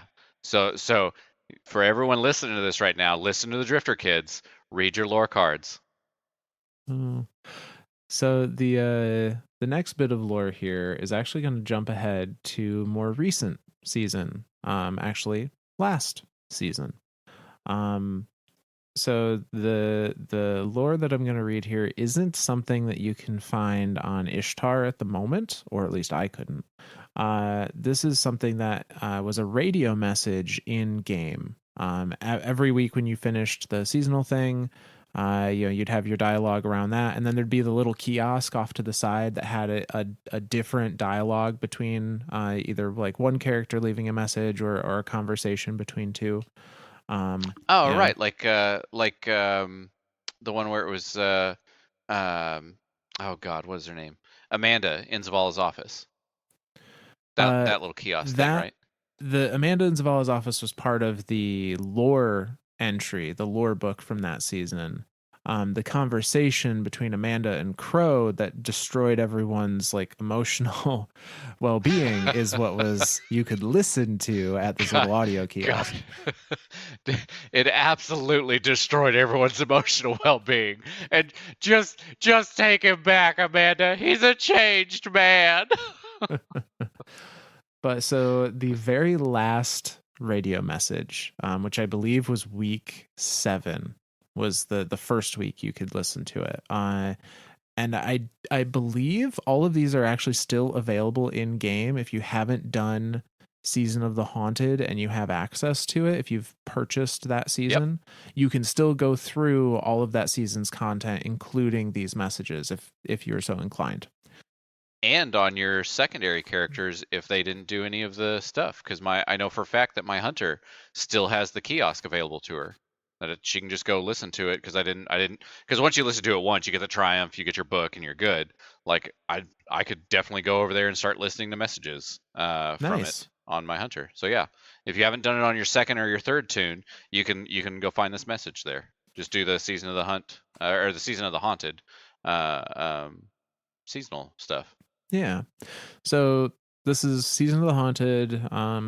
Eris has been working with everyone to combat their nightmares and work through their problems and whatnot. And this message comes after the season has completed as far as the story arc has gone. Everyone has been helped. Everyone has moved past their trauma or is starting to heal from their trauma. And Eris sends this message along those radio waves and goes like this. I received your last message. Whatever reckless plan brings you to the reef need not be shared with the Vanguard or the Guardian, but keep me informed at the very least. Those haunted here have found a measure of peace, but it takes more resolve to overcome one's regrets. We both have felt it, how a moment of pain can weave into the whole of our lives, how it binds us to patterns of thought and action. I have stared into the eyes of my pain made manifest, pleaded with it, raged at it. What face would your nightmare wear? For so long, I believed peace was beyond my reach. No more. I have found it in guiding others down the same path that saved me. But I might allow myself to want more than peace. What, I am not certain. Is joy the word? Might I find that again? You told me to live my life. There is more truth in you than either of us would care to admit. I have something that will be of interest to you. The lunar pyramid remains rife with secrets. Meet with me, and we'll discuss what I have found. Take care, rat. And that's the end of the message. I like that one because that was one that like as you're listening to it, you couldn't quite tell who she was talking to until like the very end when she says rat. Like Yeah, that's like the the clear like oh she's talking to Drifter. Um, I do think the beginning of that is um, Drifter's plans to smuggle uh, Spider out of the reef. that would Like make a lot of sense, especially I now. or right because like he's literally the one that leads us to the in the current season the pod at the very beginning of the first mission um, that has Spider inside. So yeah, and we knew that he was gonna that Spider wanted to be smuggled out because of I think it was a ship or a speeder lore card. Uh, Do you remember what it was on? yeah, I can't remember exactly, but yeah, it was he wanted to get out. Yeah. Because he was being hunted by Mara at that point. Mara had come back and he was like, "Duh, I'm in trouble." So yeah. Um, but yeah, like it you know, Eris.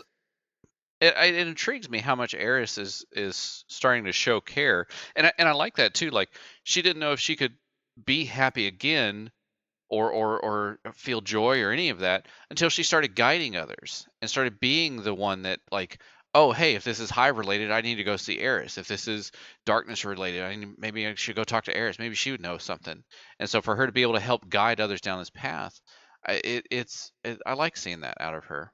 Yeah, absolutely. She has found peace with her past and her trauma, and she she tells him like we both know what it means to be defined by a single moment of pain. I think for Eris it was the loss of her fire team. I think for Drifter it was Eaton. I think I that think was you're his right. single moment of pain that defines him. Absolutely.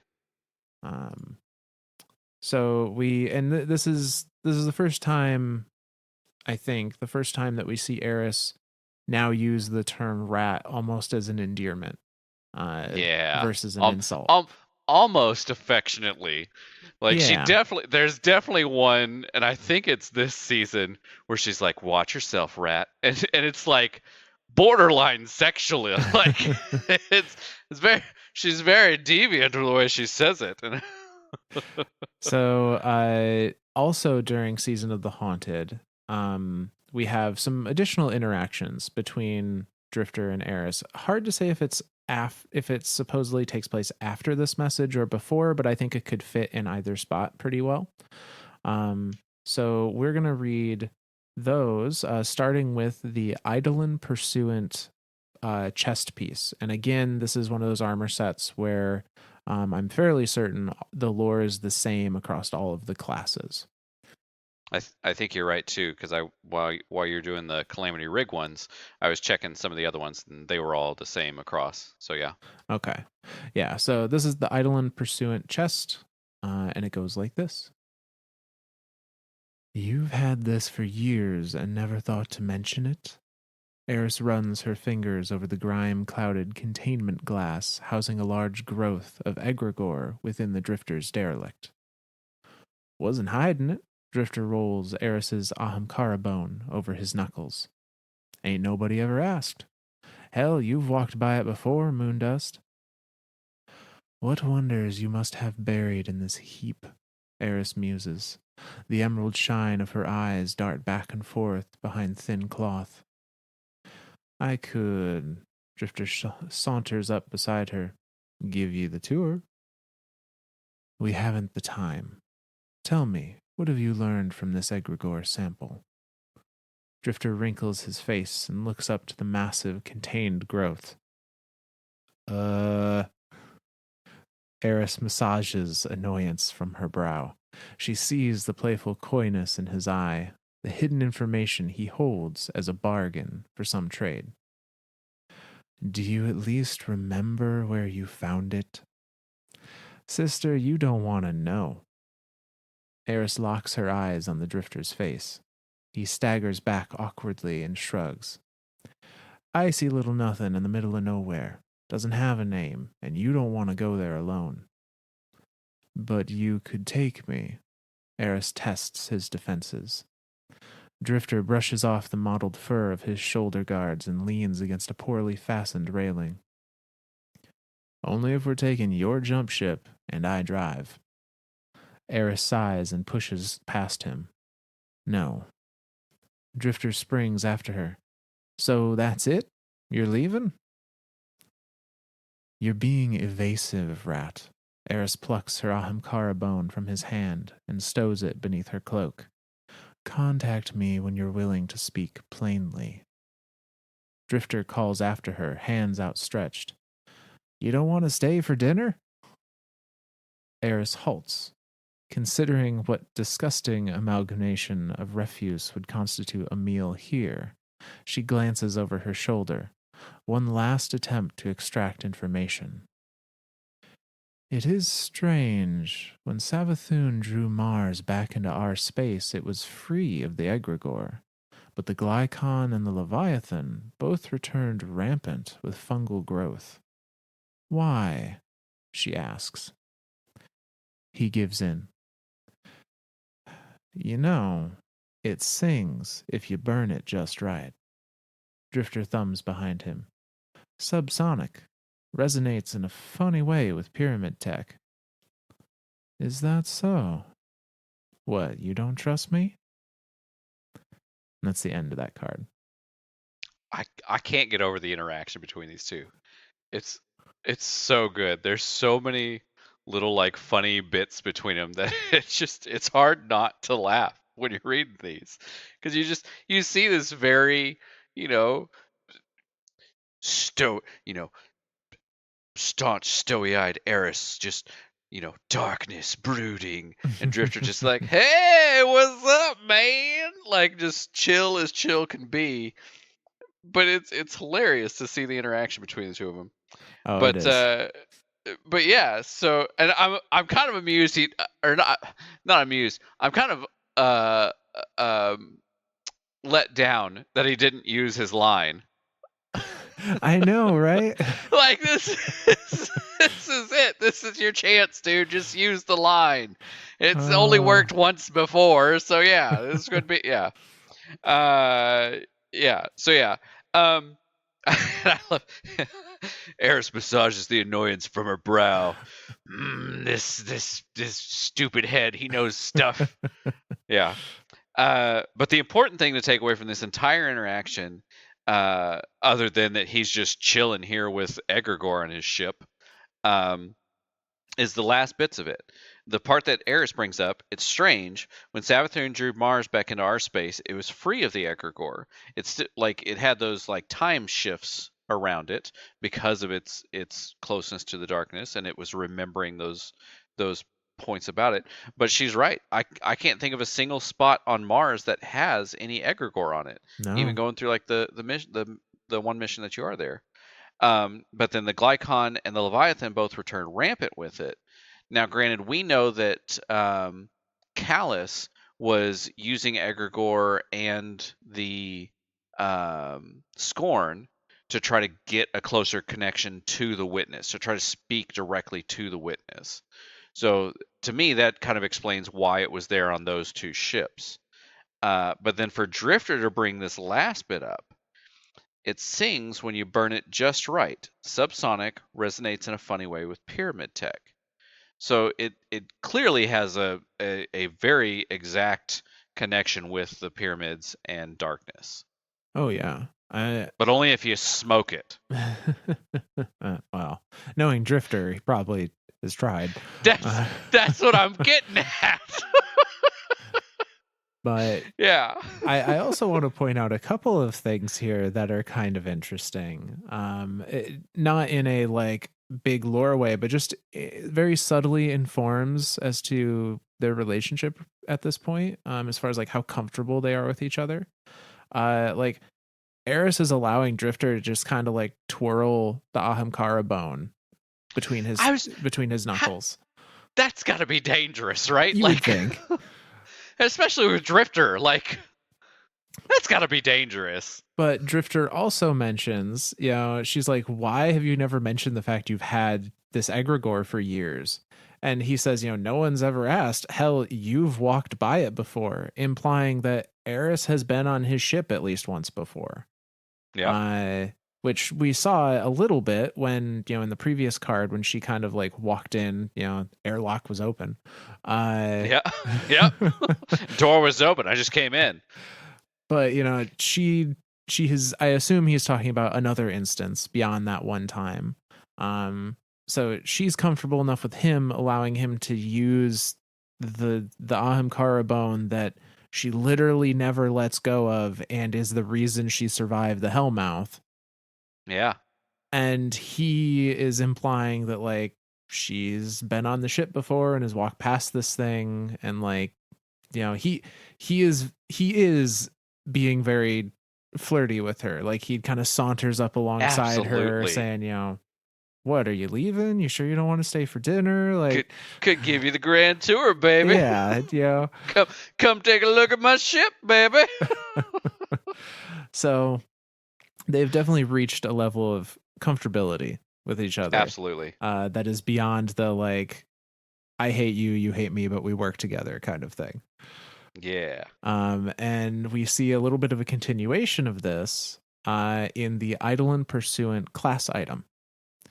So this is the same armor set with the class item, and it goes like this. You want to go where? Drifter's jump ship idles roughly behind him, the engine misfiring and clattering loudly as if ready to explode. Eris's ship purrs next to it in contrast. There is a connection between the points of darkness, signals passing back and forth to something beyond. Eris steps closer so her voice carries over the engine noise. The other pyramids may provide more context. The drifter clicks his tongue and raises an eyebrow. Sounds a mite dangerous, Big Daddy Callus parking right over the moon. Seems off limits. Yes, but the Guardian leads raiding parties into Rolk's pyramid in Savathun's throne world. We will use that as a distraction. And with that, Eris shoulders through him and trudges to her ship. Come, rat. Can we eat first? Gives a little time passes. Explosions thunder within the throne world's pyramid as Eris and Drifter establish a camp in the sunken bog where miasma meets the pyramid's approach. The massive ship eclipses them, towering in fog, the extent of its edges unknown to their eyes. Drifter's face is stern, clenched with a tension Eris has seldom seen. Trust in one hand, fistful of stasis in the other. Eris sets a cloth-wrapped stalk of egregore upon a pyramid shard jutting from the stinking swamp. She unwraps and neatly spreads the corners of the cloth before noticing Drifter's footsteps behind her. Something's watching us, he mutters. He turns his altered ghost and whispers softly enough to convince himself that Eris cannot hear him. Keep your eye on her, eh? Then louder. I'm gonna look around, make sure that hotshot hero didn't miss any screebs. The drifter's altered ghost emits a single elongated tone in acknowledgement and then focuses on Eris. Germaine. He stops. Eris knows his concern belies a nobility that he often attempts to suppress in favor of the persona of the drifter. It is a ruddy shield, but she has seen the true him hidden under that layer of grime. May I have a light? You got it.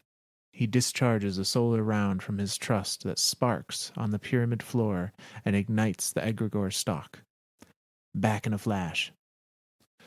Eris watches him disappear into the swamp and then focuses on the pluming egregore. Another ellipses for time passing. Eris sits, exhausted, on a warm cushion in the dirt. The drifter stands over a hazardly large fire, scooping some sweet-smelling funk of a stew from a cauldron-like vessel of hive design. Her face scrunches as he places a chunky bowl of thick grayish-brown pottage in her hands. What did you find? Drifter asks, slurping from his bowl. Eris tests the temperature and flavor of this food against her lips. It is something like the stinking brined cheeses Ikora had given her on her last visit to the city, but with earthy depth beneath. Her face curls and she opts instead for conversation. I was right. They are connected. But now I only have more questions. You ask me, that's how these things go. Better leave well enough alone and head home, Drifter says, slurping another mouthful. The egregore connects points of darkness, resonates with pyramid constructs, but I cannot decipher their communications. Still, the lunar pyramid, the Europan pyramid, and both Glykon and Leviathan all converse with the same distant point. What Rulk spoke to, so does Callus. It is gravely concerning. Wild, Drifter says with a whistle. He shakes his head and looks at her full bowl. You gonna eat that? Eris wonders if he heard her correctly, but knows repeating herself is an exercise in futility. What is this exactly? Pretty damn tasty is what it is. First time I got it right. Thought you'd appreciate someone cooking for you since you, well, you're awful at it. Rat, what are you trying to feed me? She remembers his hunt earlier in the day, and her stomach turns. Eris stares at Drifter, mouth agape in a half-heaved gag, her thoughts racing over the things he's claimed to have consumed. You cooked me rotted screebs. What? Drifter chokes on the stew and coughs. I wouldn't feed you that crap, Moondust, he laughs. You never had crawdad stew? He holds his bowl to his lips, or a close cousin to it, he utters under his breath. Little swamp shrimp, you dig? It's a delicacy. Eris reels in her imagination, takes a breath, and sips the broth without taking her eyes from Drifter. The liquid fills her crumpled stomach with hearty warmth. She feels her stress melt away. The stew's flavor is far more pleasant than its smell. She smiles and drinks again. Thank you. It is good. And that is the end of that lore card. That last bit, the whole last bit there almost made me completely forget about the rest of the lore card and just like, "Aw, aren't they cute?" And she's very much convinced that he fed her a rotted scream. Oh my gosh. But yeah, couple of things here. Drifter just loves to eat. Like, yeah, can we eat first? Like this is his theme throughout everything. It's his thing. He's got to eat. He's always hungry. He always is. So they go to the pyramid ship in the throne world, which is Rulk's. And while people are raiding it, people are guardians are running through it. She goes off and, correct me if I'm wrong, smokes some egregore. Kinda like they light it on fire and yeah, is inhaling the fumes if nothing else. I'm just saying. She's smoking egregore. Okay.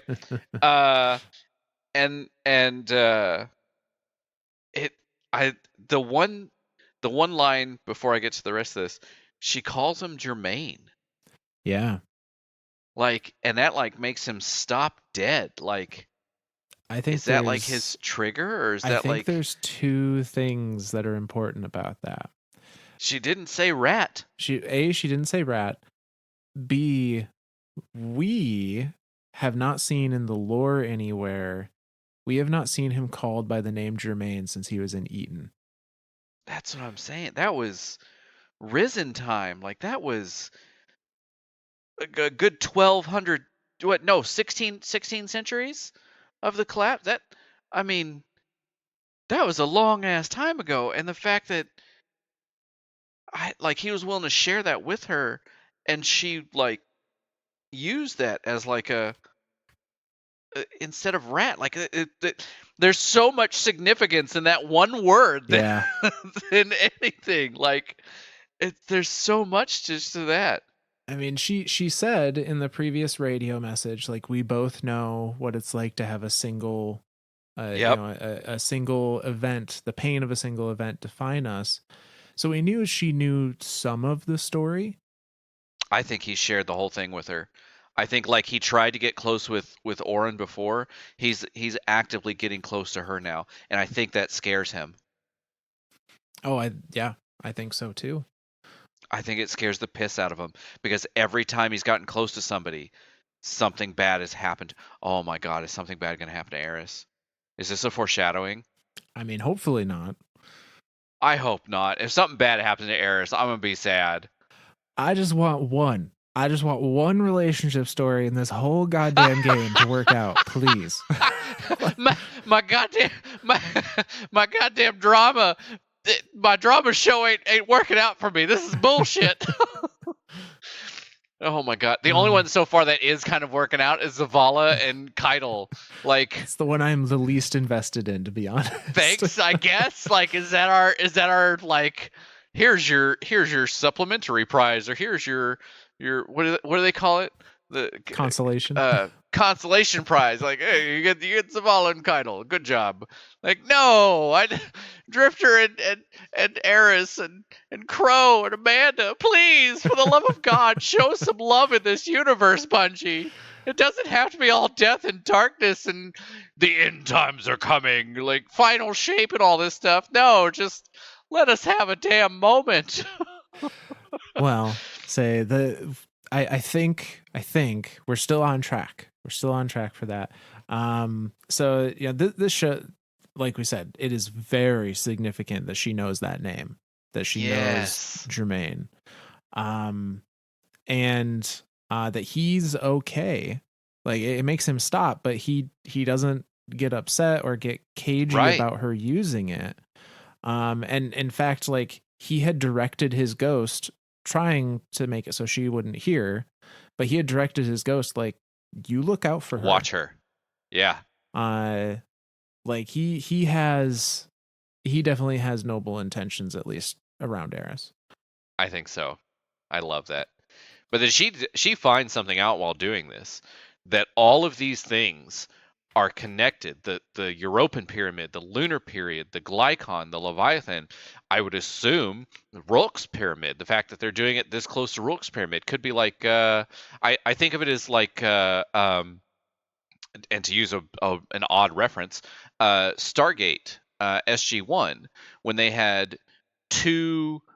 They realized that there were two Stargates on Earth, and that they were close enough to each other that if you dialed either one of them, it could take you to either one of them because they had the same address. And so I assume that her being this close to the to Rourke's pyramid is what's helping give a defining point in the universe, as like a starting point of like, I'm trying to commune from point A to point B, point A being one of these multiple spots, but that they're all talking to the same distant point. Yep. The same thing that Rourke talks to, the same thing that Callus talks to, and all of that. Like, I mean, I feel like we know this now. They're talking to the witness. Mm-hmm. They're actively talking to the witness. This is them like 1-800-Witness. Hey, what's going on, brother? Like, how you doing? Come have a seat. Is Oryx there? Can I talk to Oryx? No, he's okay, cool, man. I thought he was staying at your crib for a while. No, that's exactly what's happening here, is that all of this stuff is talking directly to. Now, it doesn't say that she gets an answer back. So I'm curious if this is a one-way communication, or if like the witness is literally like checking his caller ID and he's like, God damn it. Rourke, are you calling again? Like, just fucking send a text. That's what the witness is doing on the other end of the phone. I don't even know that the Eris was attempting to send anything. I think it was just this allowed her to be in tune enough with for her to know that those connections were there. I don't necessarily think she was trying to send anything along that line. I think it's just that she now maybe maybe this is a Strand thing again. Maybe this is where she Ooh. first started to understand that like Strand connects things. Ooh, I like that idea. Because if there's anything that Bungie does, and we've seen this throughout reading this stuff, they give kind of like previews for stuff in like little bits and pieces. And if you can find all those bits and pieces, you can see the events coming. Well, Like, it would make sense as well for her to make the leap of egregore is, darkness related. Using egregore allows me to see these other connections that exist in this darkness space. And then to make that leap into, I can use that knowledge to access Callus via egregore, and that gives us the duality dungeon. yep. Yep. Man. Eris is on point here. Oh, absolutely. All because the Drifter decided to go to some random ice rock and get trapped there. Right? So that brings us to the most current season, which has been very Drifter focused. And we're not going to go over all the dialogue Drifter has given thus far in the season. And I'm sure he will give plenty more after this episode airs. But there are two things that I want to focus on that again really reinforce the Drifter and Eris kind of relationship, friendship, whatever they're going to try and spin it as, like the bond between these two. The first again is another radio message. This one I believe was week 3 of this season, season of Plunder. And it was a radio message from Drifter this time to Eris. And it went like this. I kept this part quiet. I think half of those pirate lords didn't know what they had to begin with. They knew these things were powerful, but not why. Crack one open, you'd find a finger bone or a knot of old hair. Strong stuff. Smells awful. Ask me how I know. I've been holding on to 'em, but I figured you might want 'em. Eris.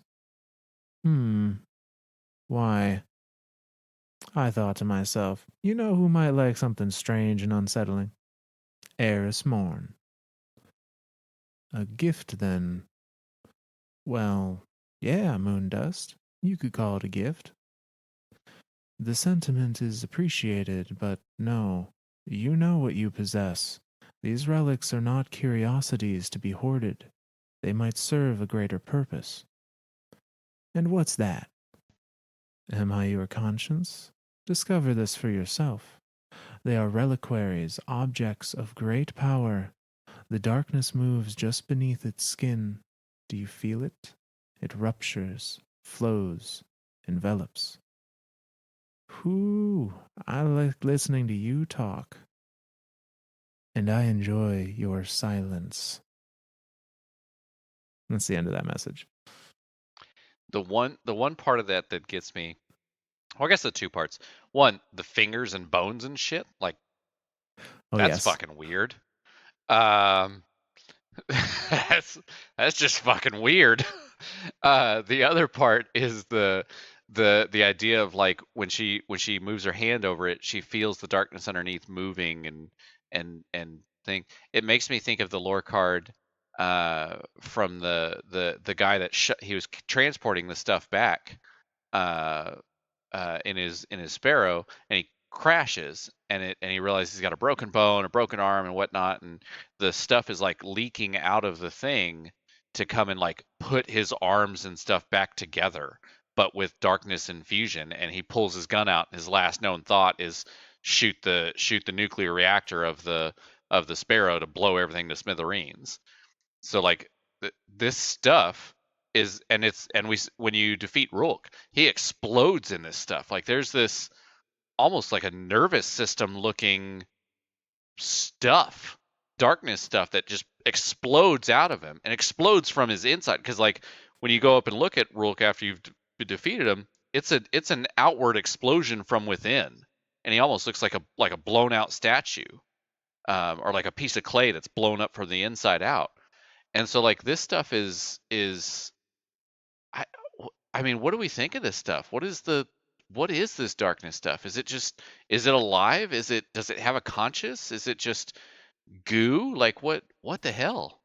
Okay.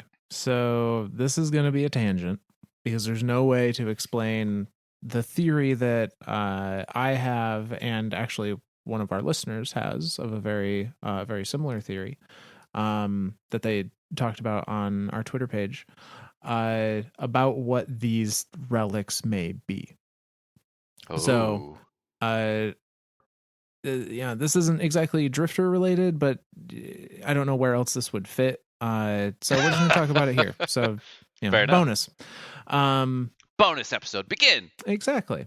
So no, we have a Twitter follower by the name of Matt, who said, "Okay, just had a thought. Like the dark relics we're collecting, possibly remnants of an old dead disciple. He theorized maybe Nezarec. Oh. Now, I've heard that theory before, and I kind of am following it myself, because there's a lot of things that line up with that idea. So we know in these relics are pieces of organic matter, finger bones, hair, stuff that came from something or someone at one point that supposedly is like suspended in darkness. And these pieces, I'm assuming, is what Drifter is referring to when he says they are strong relics. And I don't think he just means the smell. I think he means they are powerful, even just as this little bit of a body. I pray to God he hasn't tried to eat any of it. Let's hope not. Now, the information we can theorize about Nezarec is that Nezarec was a disciple at one point. That Nezarec, and we think this because there's a glaive named after him. Because the glaive was specifically found near his ship. In the lunar pyramid. Yep. Was found in the lunar pyramid by Eris. Nezarec, we theorize Nezarec was a disciple from the glaive because glaives have to come from Rulk, and it was found in a pyramid. Yep. Nezarec's helmet, the lore card on that, I don't have it in front of me, but more or less is coming from a religious text praising Nezarec as a deity that follows neither the light nor dark, but will arrive at the end of both of them. And that religious text is written before the Golden Age. Yep. So, an idea. Nezarec abandoned the witness, betrayed the witness, abandoned his post as a disciple. We think that betrayal or whatever happened before the Golden Age, correct? I think that betrayal happened before the Golden Age. I think that betrayal happened possibly before the Hive were even created. Oh my God! Because Nezarec had to be on Earth before the Golden Age. Correct. In order for this cult to form around them and, write religious text about them. And cults don't happen overnight. No. So maybe they do. I don't know. Yeah. Nezarec, he or she, I suppose, we don't know, was on Earth at some point pre-Golden Age, and then I'm thinking, I don't know that Nezarec ever had any run-in with the Traveler. I think they left Earth before the Traveler arrived. And perhaps they were running from the witness, trying to track them down.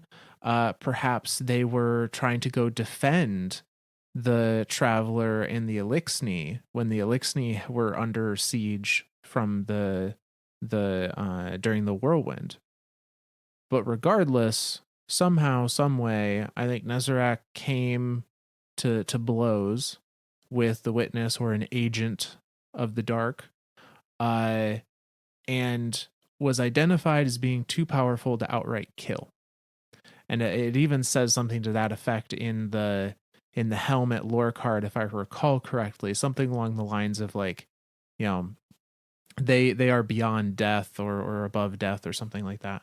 Uh, and so instead of, because they can't just stab them and kill them, they chop them up into pieces and spread those pieces throughout the universe, galaxy, whatever.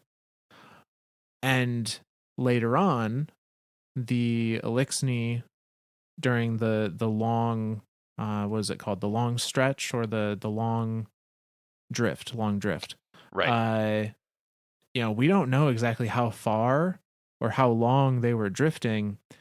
Certainly possible in my eyes that they could have come across some of these pieces if Nezarec was as strong a entity as it sounds. It would make a lot of sense. These pieces would have a lot of energy in them that the Elixni, being as technologically savvy as they are, could have funneled that energy into weapons or whatever it may be, and that's why they saw them and as and we powerful. and we knew during that time the Elixni were looking for a replacement for the light, and to find these things that were possibly resonating with something that looked on a technological or a technical uh, standpoint that looked very similar, had a similar resonance as the light, just in the opposite amplitude type thing. Like that could very well have been a reason to collect them. Yeah. And then the crews were warring, and a lot of ships didn't survive the long drift, and some of these relics were lost again. Or they had them as they entered the solar system, and then they came to blows with humanity and the risen, and those, maybe the crews were wiped out, or who knows, for whatever reason those relics were lost seemingly around the solar system, since we're finding them.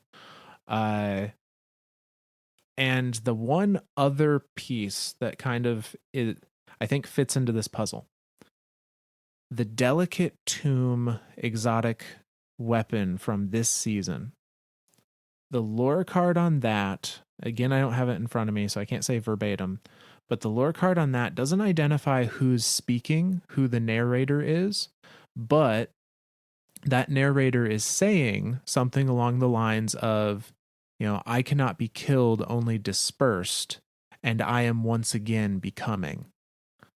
To me, Yeah. saying, like, again, something that couldn't die, so it was spread out to the far reaches, and it is now feeling itself start to come back together.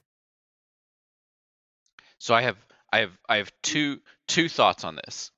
My first thought was that these reliquies, these relics that with goo and bits in them, was like an Egyptian style, like separate, like a praising thing. Like the Egyptians, when they buried their kings, their higher, more respected people, they pulled their organs out and put them in jars, so that way they could have them with them in the afterlife. Uh, at first I saw this as that, but now listening to the way that you're describing it, I'm curious if he separated himself Oh, maybe as a with, means of hiding.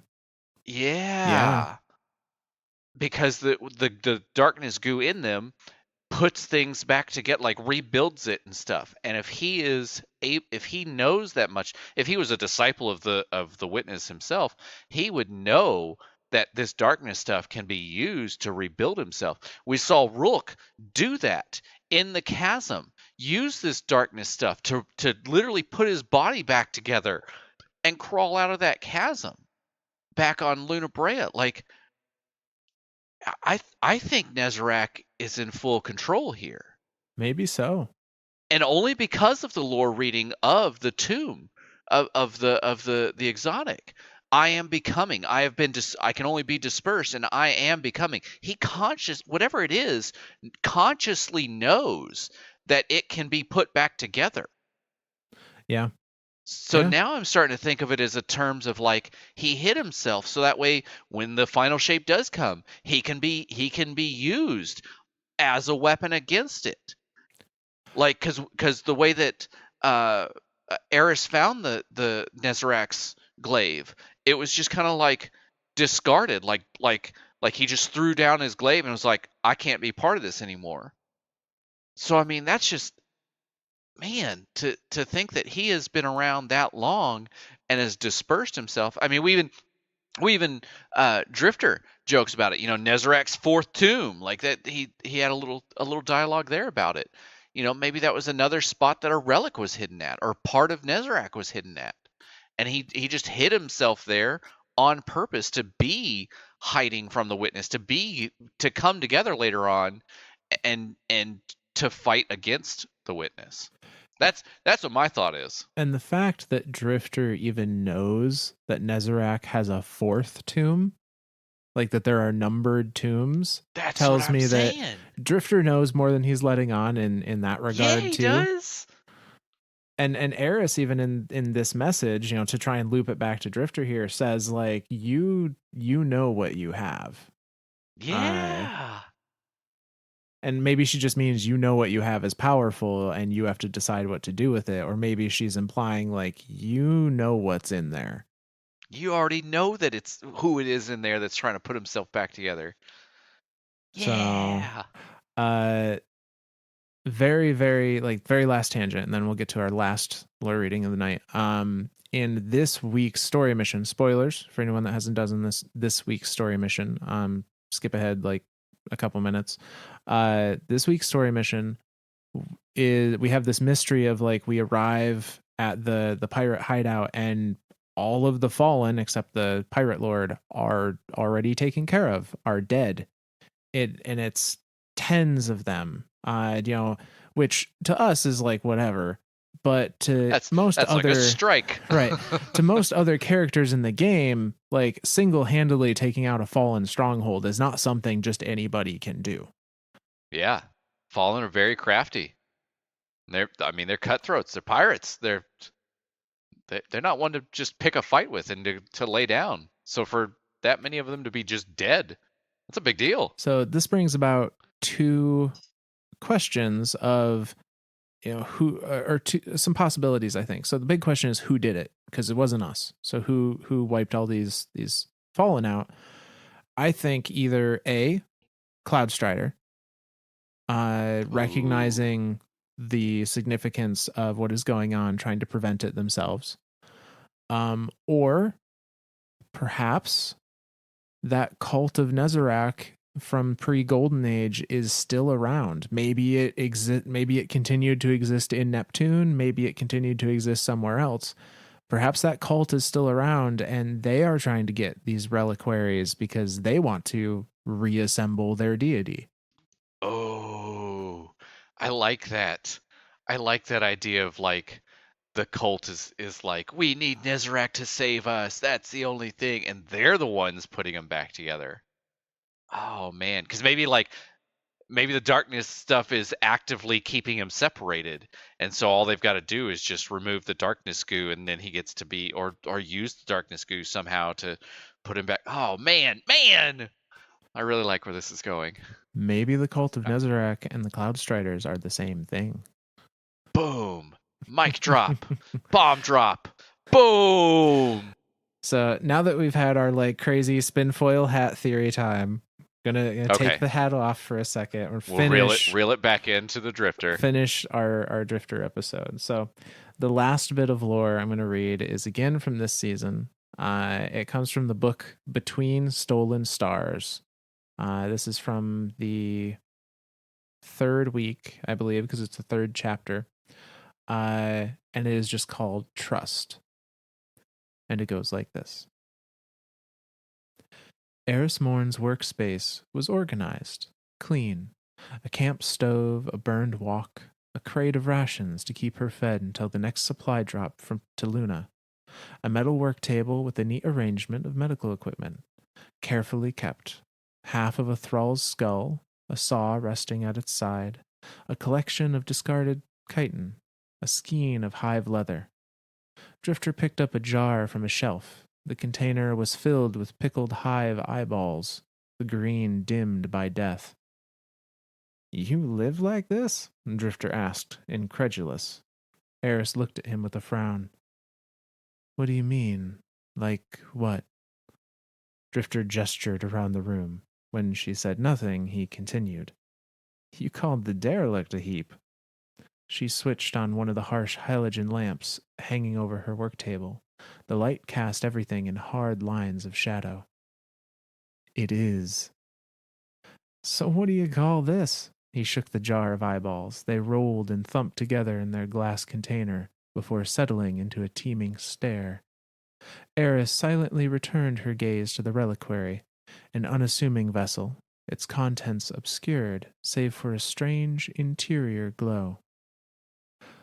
Undoubtedly, the scribe of House Light has examined these, Eris said. Why bring one to me? Ido ain't exactly a darkness expert. I see. She felt the grooves and patterns under her fingertips as she turned the reliquary in her hands. She felt the shift and shudder of the darkness as it responded to her touch, to her silent inquiry. She ran the pad of her thumb over the seal's edges.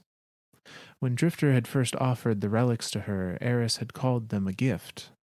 Now that she had one in her hands, she did not think she should unwrap it. She looked back at him. What is your motivation for helping the Guardian? I do not assume altruism. Drifter gave her a look of mock offense. Hey, why not? I did assume deflection. Speak plainly. Drifter fell silent for a moment. His face was pensive. When he finally spoke, his words were carefully chosen. The Elixni need a win, he said, looking away from her. After all that, the Vex, salvation, everything, House Light needs a win. And defeating Aramis will be a win? Yeah. Hope it sticks this time. Drifter leaned back on his heels and grinned. Plus, always nice to be owed a favor. Don't know if Spider will make good on his, but I bet Captain Kell would. Again, deflection. She placed the reliquary down on her work table. Drifter didn't move to pick it up. You sure you don't want to keep him? His tone was genuine. Eris considered this. Not the offer, but the sentiment behind his words. The implicit, unspoken faith. You trust me. He shrugged. Who wouldn't? There was a smile, slight, careful, at the corner of her mouth. Something close to delight. Then stay, be silent, and listen. I have thoughts on their utility. And Drifter did as she asked. And that's the end of that lore card. And the jade necklace stayed on. I'm just saying, the two of them they've got God. Just let me have this one, Bungie. just don't kill Eris. For the love of God, do not kill Eris. And B, just let me have one. Let me have one love in this universe. It doesn't have to be all death and destruction. People can learn to love. It's okay to love, Bungie.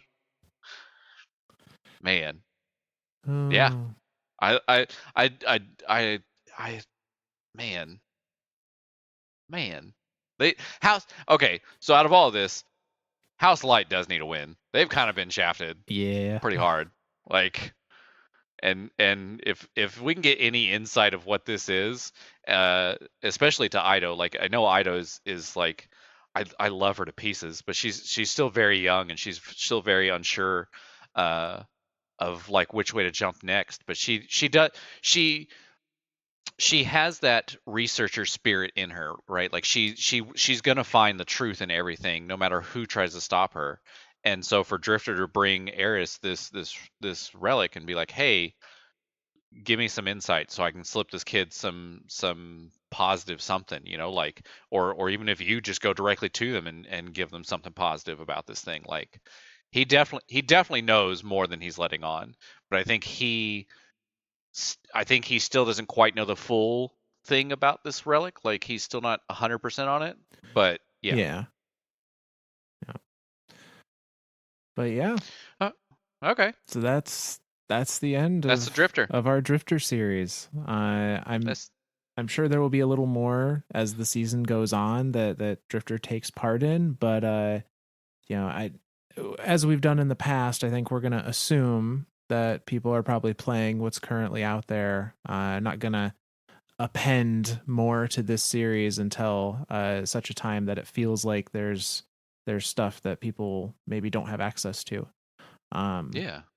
But no, I think with all that information from our 3 parts, you can kind of form your own opinion of what you think of the Drifter now. Yeah. So things, at least for me, to take away from this, he likes to eat. He's in it for himself, and I think he likes Eris. I think those are So yeah. all valid. Yeah. All right. Well, that was it. We got any shout outs? Oh, we do have shout outs. We do. We So do. I'm gonna do mine, and I'll let you do yours. Okay. I have a super special one, and I'm super excited to tell about it. Yeah. So first shout out for the night comes to us from our Twitter page. This is from @tgovnor1, who says, "Hey, Myths and Stories, discovered your podcast today and loving the Drifter stuff. Guys, a really good listen. Looking forward to the next part." Thank you. Oh, hell yeah. Well, here's the next part. And thank you. So yeah. Do I get to tell my story now? Now it's your turn. I'm so excited. So this last week, I was in Hawaii for a friend's wedding, and one of the things that we got to go was on a dinner cruise, and there was a guy there. Like I wore I pretty much only own Destiny shirts. So I had the Moments of Triumph shirt on, and it's got, you know how in the on the sleeve it's got you can put your gamer tag on it if you ordered it that way. So I'm sitting there at my table with my little Ztorialis gamer tag sleeve on, and one of the guys that works on the boat comes up and he goes, "Hey, do you play Destiny?" And I was like, "I sure do." And he's like, "I do you do a podcast or something?" I was like, "Yeah, Myths and Stories." And he's like, "Oh my God, I saw your name Ztorialis and I recognize you from that." And I was like, "Oh, hey, what's up?" So yeah, so he and I had a cool little like back and forth on the boat, out in the middle of the ocean, and his name was Kyler. So thank you, Kyler, out in Hawaii, for listening to our podcast and paying attention. It was a really cool feel good moment. My wife, as soon as the guy came over and talked, my wife instantly sent a message to Myth, and she was like, "Oh my God, he's gonna come back and his ego is gonna be so big and his head's gonna be 3 times the size it is," and it kind of is. But you know what? I think I earned that one. Yeah. So yeah. I have to say, it's pretty amazing that stars aligned for someone to see the shirt and see the name, and like, that's awesome. That's what I'm saying. Like, what were the odds of that? Like, yeah, no, that was awesome. It was super cool little interactive there. So yeah. Well, Myth, that's the end of the Drifter. Mm-hmm. What are we what you got anything else? Or do we know where we're going next?